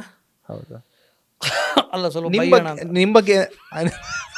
ನಿಮ್ಮ ಬಗ್ಗೆ ನಾವು ಹೇಳಿ ಆಯ್ತು. ಈಗ ಸ್ಟಾರ್ಟಿಂಗಲ್ಲೇ ಹೇಳಾಯ್ತು ಅಲ್ಲ. ನೀವು ಇಷ್ಟು ಜನರ ಜೊತೆ ಈಗ ನೀವು ಒಡನಾಟ ಇದೆ, ಇಷ್ಟು ಜನರ ಪರಿಚಯ ಇದೆ, ಸಿನಿಮಾ ನಟರು, ನಟಿಯರು, ಟೆಕ್ನಿಷಿಯನ್ಸ್ ಎಷ್ಟು ಜನ ಇದ್ದಾರೆ, ಅಪ್ಕಮಿಂಗ್ ಮ್ಯೂಸಿಷಿಯನ್ಸ್ ಎಷ್ಟು ಜನ, ಕಂಪೋಸರ್ಸ್ ನೋಡಿ. ಆ Prasad Shetty, what a fantastic composing ನಿಜ ಇದರಲ್ಲಿ ಕಲ್ಜಿಗಾದಲ್ಲಿ. ಹೌದು, ನಾನು ಮೊನ್ನೆ ಅದು ಕಲ್ಜಿಗ ಪ್ರೀಮಿಯರ್ ಶೋ ಆದಾಗ ಒಂದು ಆರ್ಟಿಕಲ್ ಬರೆದಿದ್ರು, ಸಖತ್ ಸಿನಿಮಾ, ಹಂಗೆ ಹಂಗೆ ಮ್ಯೂಸಿಕ್. ಬಟ್ ಅವ್ರ ಪ್ರಸಾದ್ ಅವ್ರ ಹೆಸರು ಇರಲಿಲ್ಲ. ನಾನು ಅವ್ರಿಗೆ ಫೋನ್ ಮಾಡಿ ಹೇಳಿಬಿಟ್ಟೆ, ಯಾರಿಗೆ ಆರ್ಟಿಕಲ್ ಬರೆದವ್ರಿಗೆ, ಸರ್ ಬೆನ್ನೆಲುಬೆ, ಸಿನಿಮಾದ ಬೆನ್ನೆಲುಬೆ BGM, ಬ್ಯಾಕ್ಗ್ರೌಂಡ್ ಮ್ಯೂಸಿಕ್ ಪ್ರಸಾದ್ ಅವರು ಅದ್ಭುತವಾಗಿ ಮಾಡಿದ್ದಾರೆ, ಹೆಸರು ಬಿಟ್ಟು ಹೋಗಿದೆ, ಮೆನ್ಷನ್ ಮಾಡಿ ಅಂತ. ಯಾಕಂದ್ರೆ ಅದು ಗೊತ್ತಲ್ವಾ ಆ ಕೆಲಸ, ಅದು ನಿಮಗೆ. ನೀವು 2 ಸಾರಿ ಸಿನಿಮಾ ನೋಡಿದವ್ರು. ಹೌದು, 3ನೇ ಸಲ ಆಕ್ಚುಲಿ. ಇನ್ನೊಬ್ಬರ ಬಗ್ಗೆ ಹೇಳ್ಬೇಕು, ಟೆಕ್ನಿಷಿಯನ್ ಅಂತಂದಾಗ ಗೊತ್ತಾಯ್ತು, ಗುರುಬಾಯರ್. ನಾವು ದಿನಕ್ಕೆ ಅವ್ರ ಫೋನ್ ಬಂದಾಗೆಲ್ಲ ನನ್ನ ಹೆಂಡತಿ ಹೇಳೋಲ್ಲ, ನಿಮ್ಮ ಇವ್ರನ್ನ ಬಿಡಿದಿನ ಫೋನ್ ಬರ್ತಂದು ಅಂತ. ದಿನಕ್ಕೊಂದು 4 ಸಾರಿ ಮಾತಾಡ್ತೀವಿ. ನಮ್ಮಲ್ಲಿ ಮುಚ್ಚುಮರೆಗಳು ಇಲ್ವೇ ಇಲ್ಲ ಅಂತ ಹೇಳಲ್ಲ, ಬಟ್ 90% ಇಲ್ಲ. ಅವ್ರ ಮನೇಲಿ ಕಟ್ ಮಾಡಿ, ಅವ್ರ ಮನೇಲಿ ಹೇಳದೇ ಇರೋದನ್ನ ಅವರು ನಿಮ್ಮ ಹತ್ರ ಶೇರ್ ಮಾಡ್ತಾರೆ. ನಾವು ಅಷ್ಟೇ, ನಾವು ಅಲ್ಲೂ ಅಷ್ಟೇ. ಒಂದು ಚಂದದ ಗಲಾಟೆ ಇದೆ ನಮ್ಮಲ್ಲಿ. Very good. ಹೌದು, ಅದು ತುಂಬಾ ಆರ್ಗ್ಯಾನಿಕ್ ಗಲಾಟೆ ಇದೆ. ಆರ್ಗ್ಯಾನಿಕ್ ಗಲಾಟೆ, ಹೌದು, ಇದು ಹೊಸ ವರ್ಡ್. ಆರ್ಗ್ಯಾನಿಕ್ ಗಲಾಟೆ, ಆರ್ಗ್ಯಾನಿಕ್ ವೈಮನಸ್ಸು. ಮತ್ತೆ ಸರಿಯಾಗೋದು ಈಗ ಅದು ಆಗ್ಲಿ ಅಲ್ಲಲ್ಲಿ ನಾವಿನ ತಿಗಲ್ದಾಟ ದೀಪೆ ಮತ್ತೆ ಫೋನ್ ಗುರು ಯಾರೈರಿ ಅಂತ ಅಲ್ಲಿಗೆ ಮತ್ತೆ ಅದು ಮರ್ತೋಯ್ತು. ಓಕೆ ಆಯ್ತು, ಇನ್ನು ನಾವೀಗ ಕ್ಲೋಸ್ ಮಾಡೋಣ. ಆಯ್ತು, ಇನ್ನು ಮಾತಾಡ್ತಾ ಹೋದ್ರೆ ಮತ್ತೆ 1.5 ಗಂಟೆ 2 ಗಂಟೆ ಎಲ್ಲ ಆದ್ರೆ ಮತ್ತೆ ಜನ ನೋಡಿದ್ರೆ ಕಷ್ಟ. ಮುಗಿಸಿಬಿಡು ಸಾಕು ಮಾರ. ಯಾವ ಮಾರ ಕಮೆಂಟ್ ಬಂದಿದೆ ಅಂತ, ವಾರ ಉಂತಲೆ ಮಾರ ಅಂತ ಇರ್ಲಿ.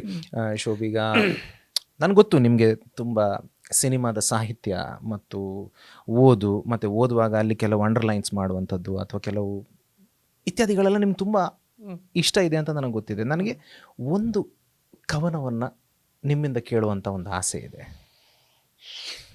ಆಮೇಲೆ ಇನ್ನೊಂದೇನೋ ಒಂದು ಆಸೆ ಇದೆ, ಅದು ಆಮೇಲೆ ಹೇಳ್ತೀನಿ.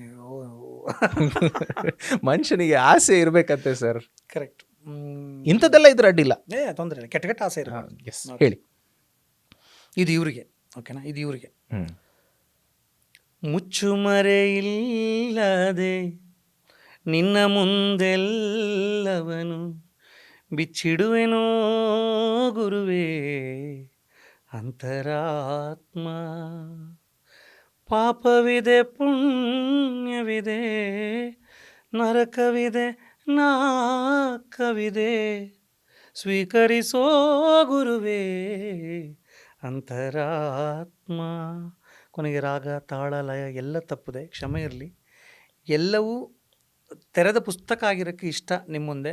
ಅನ್ನ ಸೃಷ್ಟಿಯಾಗಿರೋದೇ ನಿಮ್ಮಿಂದ. ಮುಚ್ಚುಮರೆ ಇಲ್ಲದೆ ಎಲ್ಲವನ್ನೂ ಹೇಳಿದ್ದೀನಿ ಅಷ್ಟೇ. ಕುವೆಂಪು, ರಾಷ್ಟ್ರಕವಿ ಕುವೆಂಪು ಅವರ ಅದ್ಭುತವಾದಂಥ ಒಂದು 4 ಸಾಲುಗಳನ್ನು ಹೇಳಿದರೆ ತುಂಬ ಖುಷಿ ಆಯಿತು. ಆ್ಯಸ್ ಇಟ್ ಈಸ್ ಒಬ್ಬ ಅದ್ಭುತ ನಟನ ಜೊತೆ 1 ಗಂಟೆ ಮಾತನಾಡಿದಂಥ ಖುಷಿ ಮತ್ತು ಸಾರ್ಥಕತೆ, ಸ್ನೇಹ ಬದಿಗಿಟ್ಟು ಒಬ್ಬ ನಟನಾಗಿ ಇತ್ತೀಚೆಗಿನ ನಿಮ್ಮ ಡೇರ್ ಡೆವಿಲ್ ಮುಸ್ತಫಾದಲ್ಲಿ ನೀವೊಬ್ಬ ಸೀರಿಯಸ್ ಪಿ ಟಿ ಮೈಸ್ಟ್ರು, ಸಖತ್ತಾಗಿತ್ತು. ಪೂಚಂತೆ ಅವರು ನಮ್ಮ ಗುರುಗಳೇ, ಮಾನಸ ಗುರುಗಳು ಅಷ್ಟೇ ಬಿಡಿ, ನಾವು ಅವರನ್ನು ನೋಡೂ ಇಲ್ಲ. ನಮಗೆ ಅವರನ್ನು ಎಂತ ಮಾಡೋದು, ಅವರ ಒಂದು ಏನೂ ಇಲ್ಲ ಬಿಡಿ, ನಾವೆಲ್ಲ ಸೊನ್ನೆ ಅವ್ರ ಎದುರು. ಹೀಗೆ ಸುಮ್ಮನೆ ಅವರನ್ನು ನೋಡ್ತಾ ಇರಬೇಕು. ಸಾಧ್ಯ ಆದರೆ ಅವರಿಟ್ಟ ದಾರಿನಲ್ಲಿ ಒಂದು ಹೆಜ್ಜೆಯನ್ನು ಇಡಬೇಕು, ಒಂದು ಹೆಜ್ಜೆ ಸಾಕು. ಅಷ್ಟೇ. ಅದೇ ಪೂಚಂತೆ ಅವರ ಡೇರ್ ಡೆವಿಲ್ ಮುಸ್ತಫಾದ ಒಂದು ಡೈಲಾಗ್ ನೀವು ಹೇಳಬೇಕು, ಆಮೇಲೆ ನಾವು ಮುಗಿಸೋಣ. ಪಿ ಡಿ ಮಾಸ್ಟರ್ದ? ಹಾಂ, ಪಿ ಡಿ ಮಾಸ್ಟರ್. ಅದೇ ಅಲ್ಲಿ ಎಲ್ಲ ಪಾತ್ರಗಳ ಇಂಟ್ರೊಡಕ್ಷನ್ಗೊಂದು ಡೈಲಾಗ್ ಇತ್ತು. ಹಂಗೆ ಈ ಹಿಂದೂ ಮುಸ್ಲಿಂ ಗಲಾಟೆ ಅನ್ನೋದು ಇದೆಯಲ್ಲ, ಒಂದು ಶುದ್ಧ ನಾನ್ಸೆನ್ಸ್ ಅದು.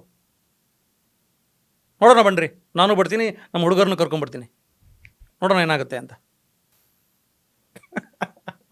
ಅದ್ಭುತ. ಎಸ್, ಸೊ ವೀಕ್ಷಕರ, ಇಷ್ಟೊತ್ತು ನಾವು ಮಾತನಾಡಿದ್ವಿ ವಿಜಯ್ ಶೋಭರಾಜ್ ಪಾವೂರ್ ಅವ್ರ ಜೊತೆ. ಥ್ಯಾಂಕ್ ಯು ಶೋಭ್, ತುಂಬ ತುಂಬ ಧನ್ಯವಾದಗಳು. Love you. Thank you, same to you. And ನಿಮ್ಮ ಪ್ರಯಾಣ ಬಹಳ ರೋಚಕವಾಗಿರಲಿ ಅಂತ ಹಾರೈಸ್ತೇವೆ. Thank you Avi, thank you. ಶುಭಾಶಯಗಳು. Love you. ಗೆಳೆಯನಾಗಿ ನಾನು ನಿಮ್ಗೆ ಒಳ್ಳೆಯದನ್ನೇ ಬಯಸ್ಬೋದು. ಅದಕ್ಕಿಂತ ನೀವು ಹಂಗಿರಿ ಹಿಂಗಿರಿ ಅಂತ ಹೇಳುವಷ್ಟು ದೊಡ್ಡವ ನಾನಲ್ಲ, ಬಟ್ ಬದುಕು ಅದ್ಭುತವಾಗಿರಲಿ. Thank you. ನಮಸ್ಕಾರ ವೀಕ್ಷಕರು. ನಮ್ಮ ಕಾರ್ಯಕ್ರಮಗಳನ್ನು ನೀವು ನೋಡ್ತಾ ಇದ್ರೆ ನಮ್ಮ ಚಾನೆಲ್ ಅನ್ನ ಸಬ್ಸ್ಕ್ರೈಬ್ ಮಾಡಿ, ಪಕ್ಕದ ಬೆಲ್ ಐಕಾನ್ ಒತ್ತಿ ನಮ್ಮನ್ನ ಬೆಂಬಲಿಸಿ. ಹಾಗೆ ನಮ್ಮ ಕಾರ್ಯಕ್ರಮಗಳನ್ನ ಲೈಕ್ ಮಾಡಿ, ಕಮೆಂಟ್ ಮಾಡಿ, ಅದನ್ನ ಬೇರೆಯವರಿಗೂ ವಾಟ್ಸ್ಆಪ್ ಮೂಲಕ ಶೇರ್ ಮಾಡಿ.